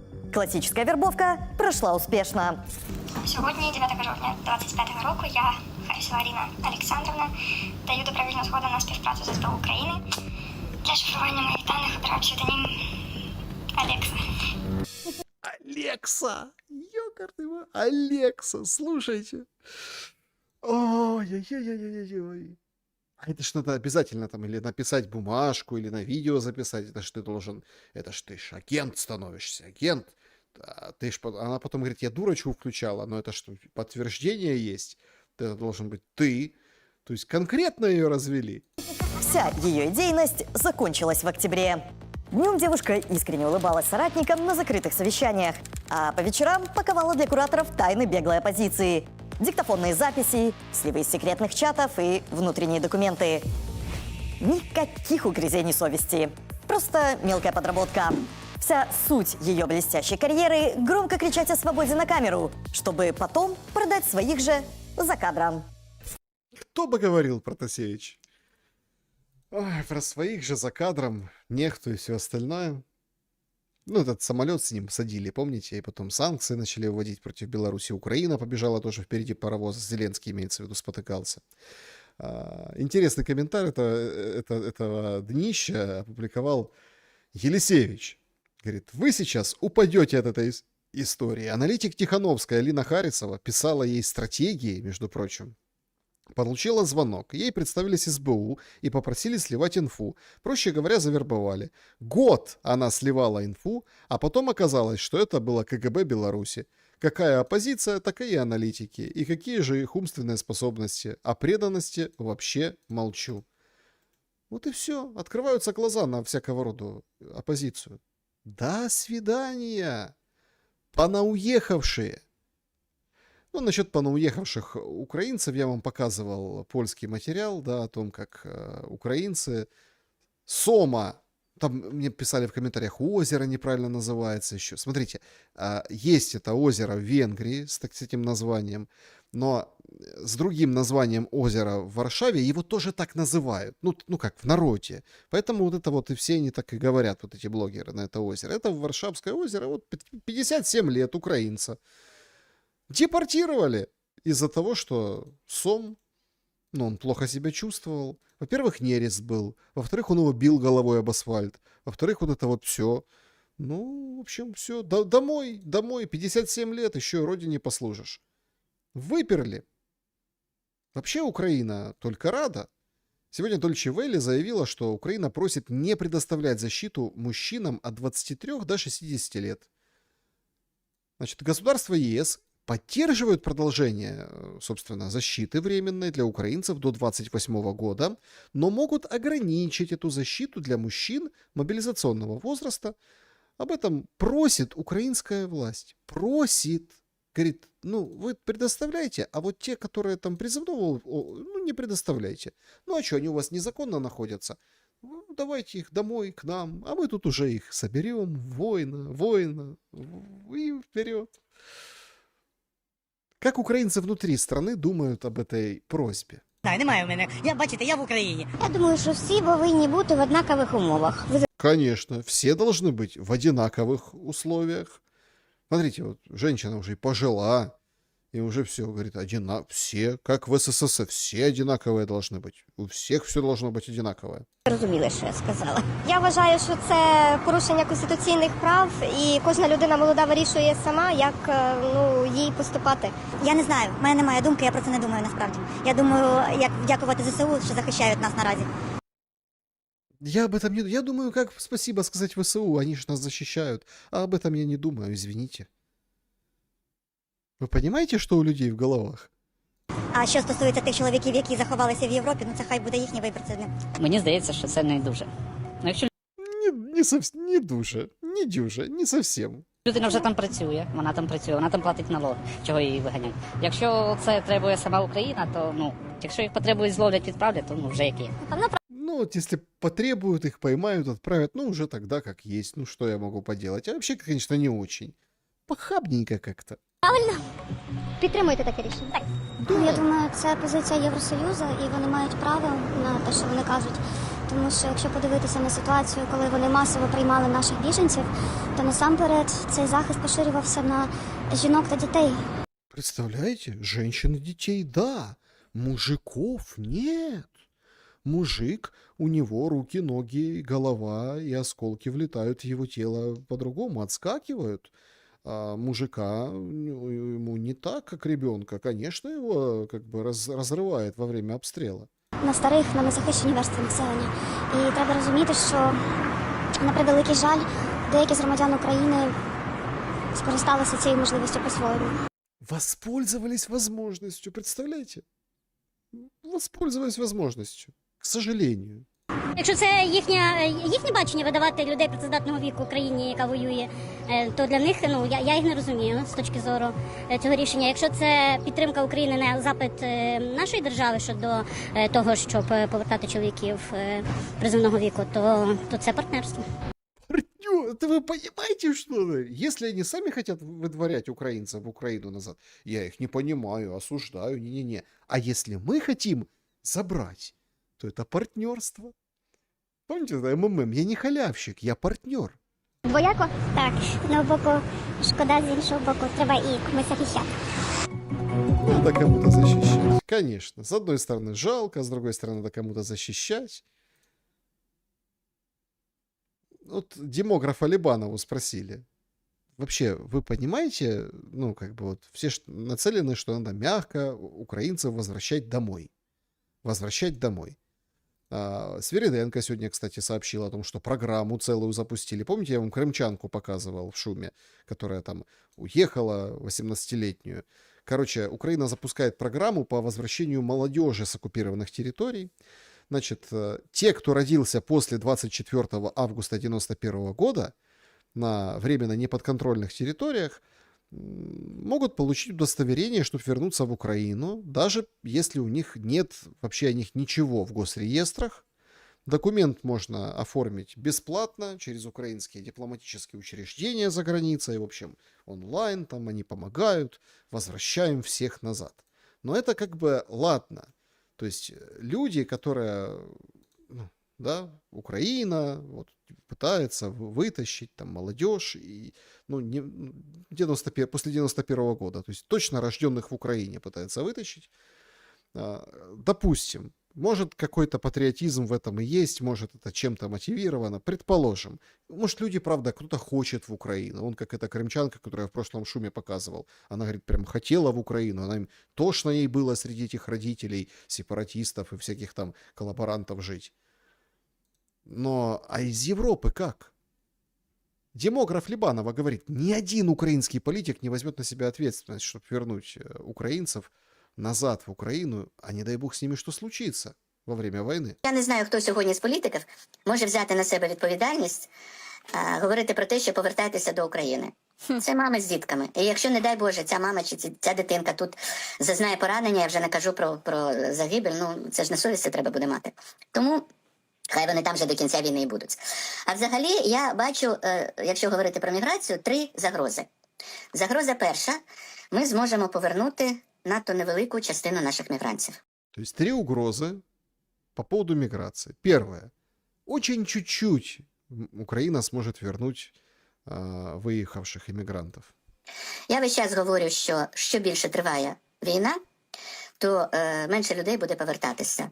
Вони змушені там адаптуватися. Вони змушені знаходити собі роботу, дитинка ходить в школу чи в дитячий садочок, чи вже якщо старша, то до університету перейшла, чи до коледжу там, ну, коротше, навчаються. Дорослі працюють, вони винайняли житло якесь. Тобто вони призвичаються до цієї країни. Інтегруються. Да. Це інше, один бік медалі, а другий бік – це те, що з кожним місяцем все більше руйнування інфраструктури тут. Да ладно! Слушайте, никто не замечает, Либанова хоть увидела. Все больше инфраструктуру рушат. Рушат все. С каждым годом войны. То есть, вот мы вначале же говорили об этих мансах Зеленского. Так это еще будет больше разрушений. Ну, ми ж також це розуміємо. Руйнується бізнес, руйнується житло, руйнуються дороги. Тобто люди втрачають можливість сюди повернутися. І тому це... Ми тут нічого не можемо зробити, але це треба розуміти. Как ничего не можем сделать? Ну, можем повлиять как-то, чтоб не хуцпу гнал, а реально договаривался о мире. Давайте соберем Зеленскому чемоданы, давайте бутербродов положим, курочку там, яичко в поезд, соберем его и отправим в Москву на дрезине, например, вагон. К дрезине прикрепим вот это все и погнали. Пускай там сунется. Пускай договаривается, настанови дадим. Це один тип загроз. Тому Україна надзвичайно зацікавлена в якомога швидшому, крім всього іншого. Але із цієї точки зору, з точки зору повернення, ми вкрай зацікавлені в тому, щоб якомога швидше закінчилась війна. Украинцы заинтересованы, а Зеленский не заинтересован. Насчет мигрантов. Вот, пожалуйста, сегодня Питерский форум. Президент Танзании. Там вчера или вчера, наверное, да? С президентом Танзании встреча была на официальном уровне. К 2050 году каждый 4-й человек на этой планете будет африканцем. Африка останется единственным континентом на планете, который по-прежнему будет предоставлять глобальную рабочую силу на масштабном уровне. То есть, смотрите, африканцы будет, каждый 4-й африканец. Почему? Потому что работать кому-то надо. А некому работать. Все вот это все, понимаете? Все только потужничают. Да потужничались, работать некому. Навыки теряются. Судьба меняется. Если там уехал человек, то есть в Украине он что, работает по специальности? Да нет. Дроны крутят. Очень мало кто как бы совершенствуется в своем деле, которое было у него до войны. Кто-то или военным стал, или перепрофилировался, кто-то умотал полы моет, я вам тоже показывал, полицейского и пограничника. Ничего, убирают тихонечко в столярочке себе. Говорит, ну, будем расти, зато тут свобода, деньги, понятно все. А африканцев будет все больше и больше в мире, потому что это вот будущее. Будущее рабочий класс.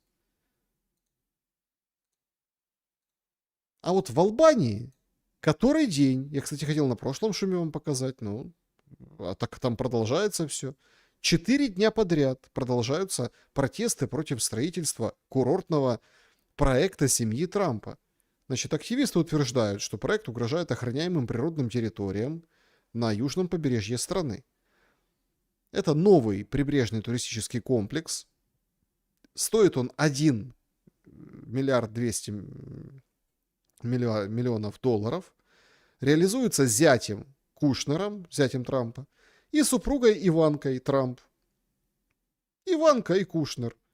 Некоторые протестующие держат плакаты с надписью «Эдди Рама, уйди в отставку». На других изображен премьер-министр Албании, передающий ключи от страны Иванке Трамп. Демонстранты говорят, что проект несет ущерб экологии, поскольку предполагает строительство отелей в охраняемой зоне на южном побережье Вью-Анарта.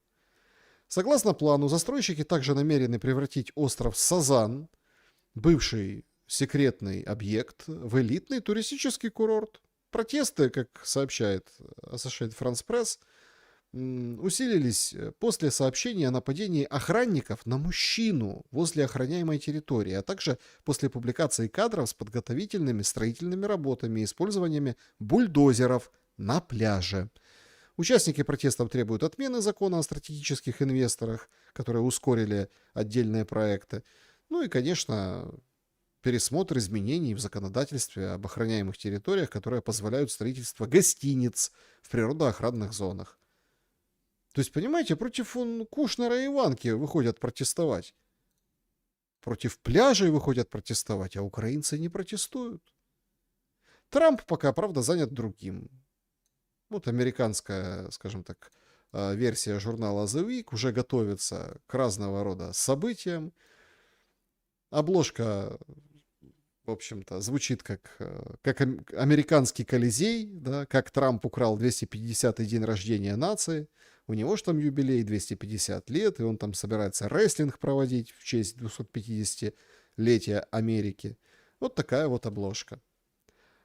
Ну и, конечно, гораздо ближе, чем 250 лет, а это вот буквально уже считанные дни остались до 11 июня, чемпионат мира по футболу.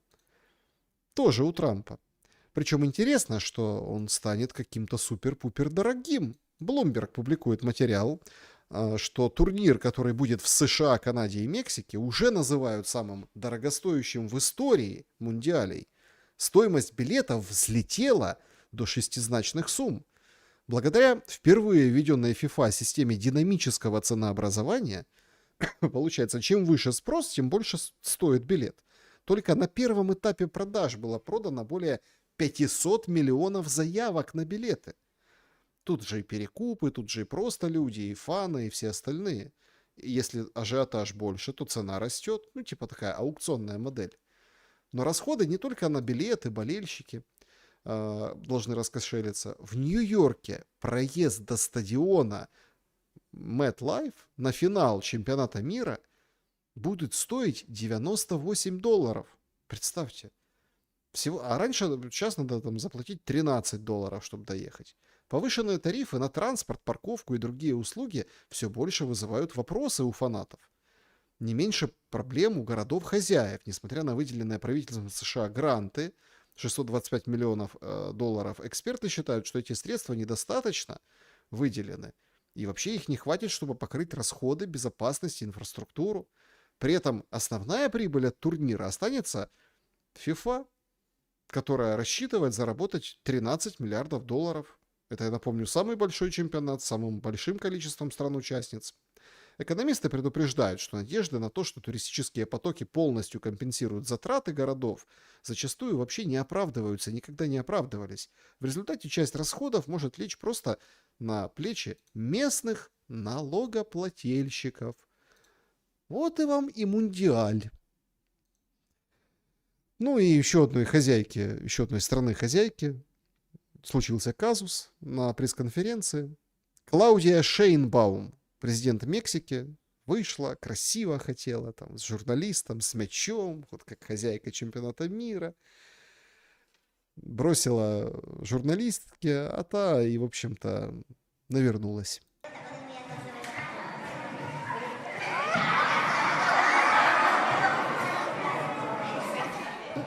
так бывает. Так бывает. Посмотрим, что принесет этот чемпионат мира. Действительно ли хоть какую-то паузу. Мир во всем мире. Но вот пауза в отношении Украины, видите, как сейчас сорвалась.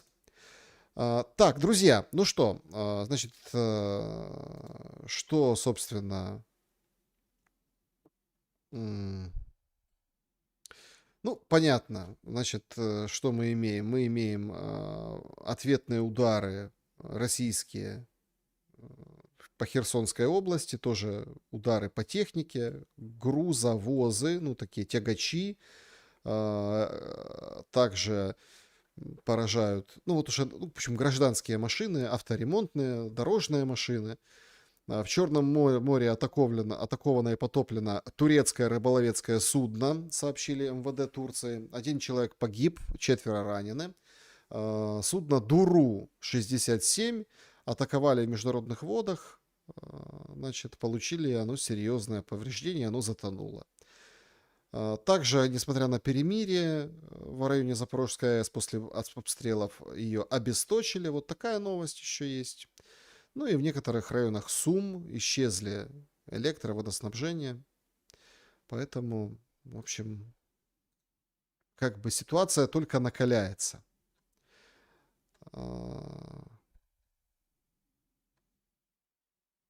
Ну и украинских мужчин нужно вернуть из ЕС для участия в войне. Вышел и открыто уже сказал швед, министр миграции Форсел, говорит, что на войну необходимо выигрывать, и для этого важно, чтобы больше мужчин оставались в Украине, воевали. Министры ЕС в целом поддержали предложение ограничить доступ к временной защите для украинских мужчин призывного возраста, но решение пока еще не принято. В общем, раскачивают, нагнетают уже и шведы. Ну, шведы же они как, да? Инопланетяне, помните, я вам рассказывал. Вот такой шум сегодня. Да, 2,5 часа плюс. Давайте заглянем в комментарии. Много, конечно, не обещаю. Понимаю, что уже поздно, все хотят спать. Мне все говорят, сколько ты по 2,5 часа сидишь, вот это вот все.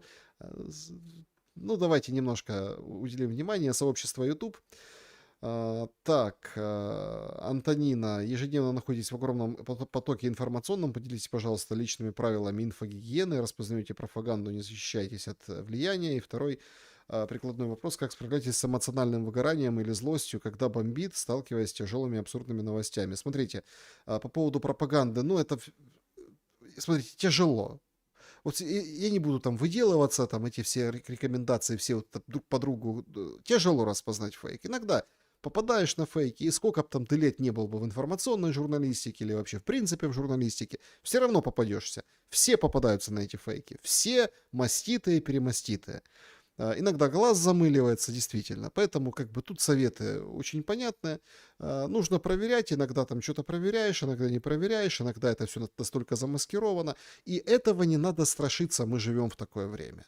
Не надо вот это вот. То есть есть всякое. Есть всякое, понимаете? Поэтому время лучший лекарь от фейков. Время показывает, где был фейк, а где был нет. Не всегда, конечно, но зачастую. А по поводу выгорания, слушайте, бомбит и выгораю, конечно. А как еще? Ну, представьте, сколько эфиров, сколько вообще новостей, сколько всего нужно подготовить. Вон этот шум сегодняшний, даже в частности, смотрите, сколько мы с вами, ну, сколько я предлагаю вам пошуметь. Пишите поэтому в комментариях, мне очень приятно, что вы пишете, но это какая-то все равно отдача, да, вот по поводу тех там, роликов, вещей, каких-то там тем, которые поднимаются. Это прям очень важно. Так, Александр, ведь письмо Зеленского Путину, это же абсолютный косплей письма казаков турецкому султану. Он куражится, как куражится ворона перед псом, сидящим на цепи. Да, правильно, он куражится. Но тут, мне кажется, все-таки не так. Я у себя в клубе, в частном телеграм-канале, сегодня высказывал это мнение. Мне кажется, его прижало очень крепко.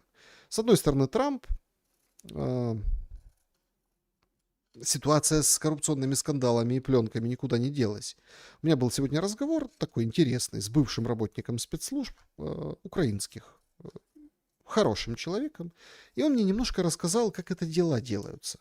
А там длинная схема, долгий рассказ, но все серьезно. То есть Мы на суде услышали, как прокурор зачитывает переписку. Где эта переписка осуществлена? Ну, например, в WhatsApp или там в Телеграме. Ну, скорее всего, в WhatsApp. Да, они все там на зеленом, зеленские, зеленые, на зеленом. Это ерунда на самом деле. Все говорят, вот, можно просчитать, можно там еще что-то взломать. Там вообще по-разному идет по странам протоколы шифрования. Где-то безопаснее, где-то небезопаснее. Плюс там очень интересная штука. Если прокурор зачитывает это, вот, например, дело Ермака, то он это использует как доказательство. А по всем нормам вот, нужно прийти в украинский суд, снять, получить разрешение, чтобы прослушать канал связи. Опять-таки, украинский суд, там следователь подает, что он будет слушать вот это. Вот это будет слушать. Не вот то, что там он там с женой вытворяет или еще какие-то вещи, а вот это. И суд дает вот это. И вот с этим судом, для того, чтобы это легализовать, понимаете, можно дырку в стенке просверлить и, в общем-то, как бы засунуть микрофон или там камеру какую-то установить, это можно. Но канал связи и переписку, тем более с другим человеком, для этого нужна санкция какого-нибудь там офиса, какого-нибудь там мессенджера, где-нибудь там. Они там разбросаны по миру, но, короче, хозяева американские. Там очень строго. В Европе, в Америке с этим. И если это зачитывает вслух ртом прокурор, то это означает, что где-то в деле, в недрах, обычным людям это не показывают, есть очень маленькое решение, короткое, разрешение суда где-то там, за бугром, той компании, которая управляет каким-нибудь сервером, какого-нибудь мессенджера. А это уже наводит на очень интересные мысли. Это край. Они как бы заказаны на Западе. А то, что сейчас это происходит, просто в одно время вот это, в другое время вот то. Это все очень управляемо и дергают за, скажем так, рычаги.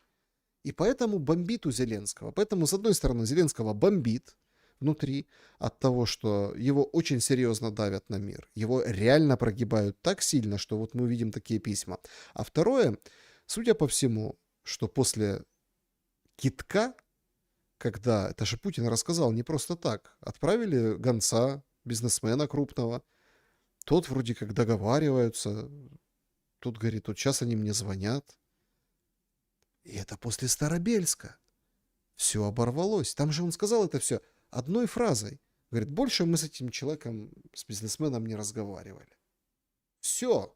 Это на уровне таких людей, уровня Путина, уровня главы государства, это означает, это не Трамп, вот это вот. Это все. Как бы вопрос закрыт со встречей. Поэтому вот так. И, судя по всему, там гарантии безопасности уже снимут. Поэтому в воскресенье вечером, как пишет сейчас Политико, поедет он к Мерцу и Макрону под их крылышко. Так.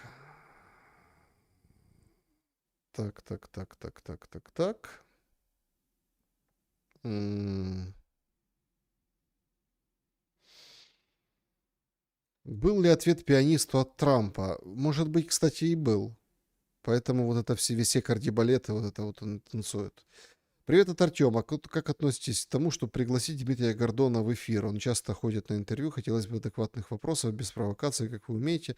То ему задают вопросы, когда и как Кремль сгорит и во сколько сгорит. Я очень его смотрел, часто пока... У меня была в моей... На другом канале я был ведущим тоже.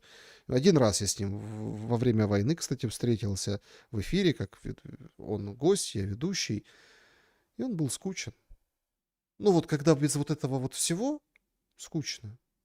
Может, я вот так думаю, знаете, я о нем вообще редко думаю, о Гордоне, только когда там обложку какую-то вижу. Я думаю, а может, в этом-то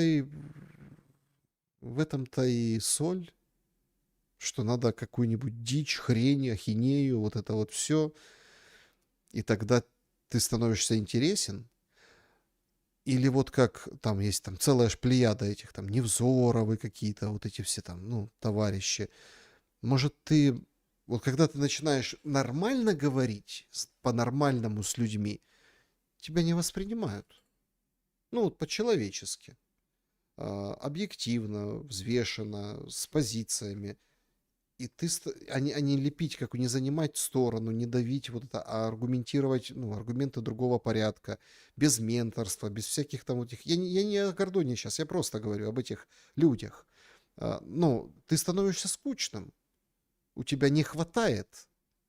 Понимаете, есть люди, которые злые и добрые. Вот добрые люди, есть те, которые прям излучают доброту, а есть те, которые энергию, доброту, а есть те, которые поглощают ее, понимаете? Вот это он питается вот этим всем. Поэтому надо дерьмо какое-нибудь выставить, как Путин умер, как там еще что случилось, понимаете? Ну, это как бы, может, у меня там один опыт. Я не скажу, что я там постоянный зритель Гордона. Может, он действительно и умный. Но с другой стороны, он такой один, который дает своей жене интервью. Кулеба — это жалкая пародия. Не надо повторять за другими. Добрый вечер из Винницкой области. Почему, по-вашему, Спивака не интересуют события, связанные на оккупированных территориях, теракты и как отключение света в зимнее время? Он всячески избегает этих тем. Вопрос полный. На вашей встрече следующий задам вопрос. Надеюсь, зачитаете. Ну, зачитаем. Но опять-таки, смотрите, это вот примерно похожая история как с Гордоном. Похожая. Ну, то есть, ну, опять-таки, мы же не знаем внутри, да, какие договоренности, какие разговоры. Он же тоже во всех этих списках, этот Спивак, понимаете? И его первого порвут и будут там 2 дня носиться, что там вот это вот все уголовка, вот это все коллаборанта, выкрылы, вот это все, да, вот. И, ну, если девочку 17-летнюю, которая там что-то подсыпала какому-то военному, приписали ей, что это спецслужбы хотели, понимаете, то Спиваку еще кого-то. Это же тоже такое дело. Да, может где-то, но я думаю, что придет время, все поменяется. Не избегает тем, ну, имеет на то причины. Я же не знаю, какие обстоятельства у него есть. И не надо, никогда не судите людей, понимаете? Ну, как написано, не судите, не судимы будете. Нет, можно не соглашаться, можно спорить, можно высказываться, не надо молчать, но надо шуметь, но не надо судить, осуждать. Ну, вот почему не говорит? Не говорит и не говорит. Можно за сказанное и сделанное как бы предъявить, но не надо предъявлять за то, что не комментируется. Значит, есть на то причины. Опасно все равно. В Украине опасно иметь другую точку зрения. Такое впечатление, Рютте, шуточки, письмо Трампу, потом Путину, какой-то политический стендап, цирк на дроте, как говорят в Украине, или божья роса, говорят в России. Это пролог конца, танцы на костях начались. Это всегда перед финалом, согласно жанру. Благодарим за шум. Хочется верить. Спасибо большое, Синяя Борода, за вопрос, что это пролог к финалу. Но мне кажется, что это наоборот. Наоборот. Это вот специально, это чтобы... Ну, а какое шоу устроил Зеленский после Анкориджа, согнал туда всех этих лидеров? А какое шоу было после овального кабинета? Ну, то есть, они пытаются играть с ним так, сяк, тянут время, да. Но вопрос в том, что демократы, даже те, которые придут сейчас, условно там, они могут очень интересно повернуться. Ну, то есть, то есть никто не... Попытаюсь кратко свою мысль по поводу этой ситуации. Сейчас вот республиканцы отворачиваются типа от Трампа, они подголосовывают демократам. Там очень много интересного, там и какого-то там счетовода ему назначили, и в Иране воевать запретили, ну, нижние палаты, и вообще там и бальный зал не дали достроить, ну, такие решения принимают. И там республиканцы подыгрывают демократам. И вот это все носится, двухпартийная поддержка. Да нет гарантии, что не повыбирают демократов, а вот эти всякие бараки и вот эти всякая вот эта история, Клинтоны, они просто не будут их контролировать. И они будут за Трампа. Да, демократы, но под Трампом и в конвее, в русле этих решений. Сильно преувеличена хромота утки после даже победы демократов, после выборов в Конгрессе. Просто выборы в Конгрессе нам очередная отсеченная точка. Дотерпите до этого. Помните, вот рассказывали? Дотерпите до весны, и все будет хорошо украинцам. А теперь вот дотерпите до ноября, и тогда вот это оружие пойдет, и все будет здорово. А каждый месяц, каждую неделю все рушится, рушится и рушится. Что есть корнем причины войны, по мнению Шелеста? Если войну организовали не сионисты, то кто? Или просто обсуждать следствия, а не первопричины проще, удобнее, понятнее или просто перспективнее? Спасибо за этот вопрос. Смотрите, я считаю, что виноваты, ну, опять-таки, организовали. Видите, вы как говорите, организовали. Но мы же организовались. Украинцы, россияне же организовались под эту тему. Организовались и воюют, и помирают. У меня простой ответ на этот вопрос. Виновата гордыня. Это наказание за гордыню. Ну вот элементарно, за гордыню. Возгордились и с одной стороны, и с другой, причем очень сильно. И вот получаем от тех же прилеты, тех же кукловодов, которые там сионистов или там масонов, инопланетян, кого угодно, хабатников там еще говорят. То есть вот и получаем. Потому что нас купили на вот этот грех гордыни. Ну, это мое такое убеждение. Если бы не было этой гордыни, тогда бы все было бы иначе. Так, что тут чатик у нас? Ой, а что у нас здесь с чатиком? Подождите. Так.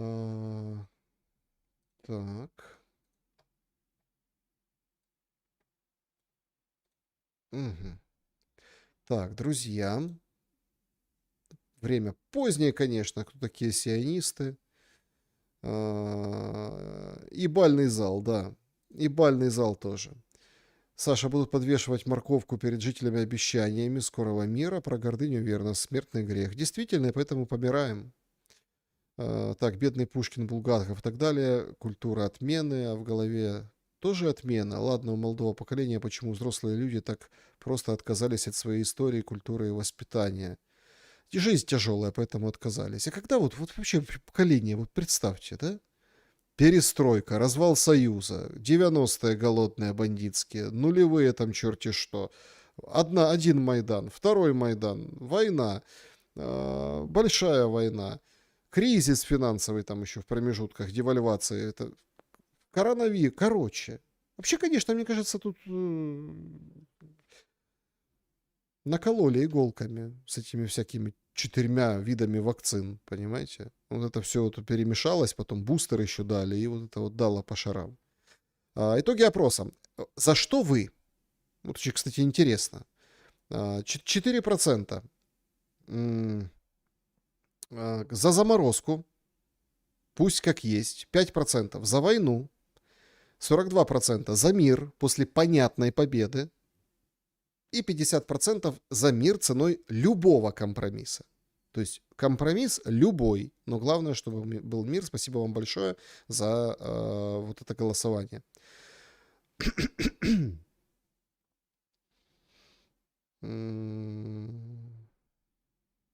Так. Грех не гордыня, а наживы. Гордыня. Нажива-то нажива, а гордыня. Угу.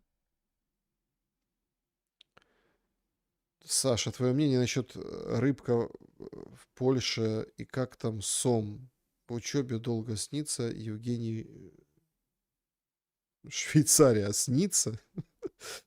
Ну, какая? Ну, рыбака выгнали, да. Ну, а что? Ну, это поляки. Это поляки.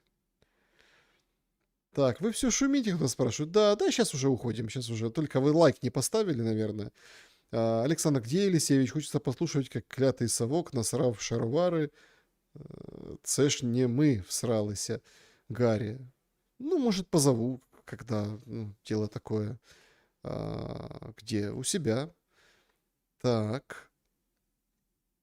Значит...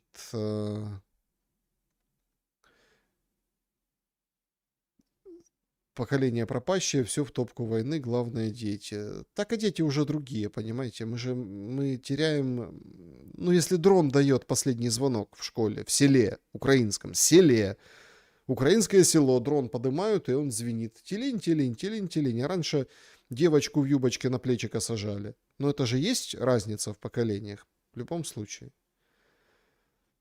Так. Друзья, всем большое спасибо за то, что сегодня вот так долго, да, вот 3 часа, елки-палки, скоро будет. Но я понимаю, что как бы досматривать это полностью, наверное, вряд ли кто-то будет, но мне все равно очень нравится наша компания. Всем большое спасибо за этот первый летний пятничный вечер, который мы провели вместе. Уже на самом деле 6 число. Когда-то в Украине, я помню, очень мы любили, когда в коллективе работали, там на телевидении, праздновать День журналиста. Была еще журналистика, была еще вот эта вот романтика, был еще такой день. Он сейчас есть, конечно, поэтому... Но сложно уже называть даже это своим праздником после того, что творится. Но, тем не менее, дата есть. И если мы за то, чтобы что-то беречь, то есть и вот такой праздник. Поэтому спасибо за лучшее поздравление, лайк этому видео и пара хороших, добрых комментариев. И очень большая просьба. Понимаю, что там кто в разных моментах смотрит. Вот тот, который момент вам понравился, пишите в комментариях, выскажитесь по этому поводу. Мы ведь для этого шумим. И хорошо шумим. Добра и света.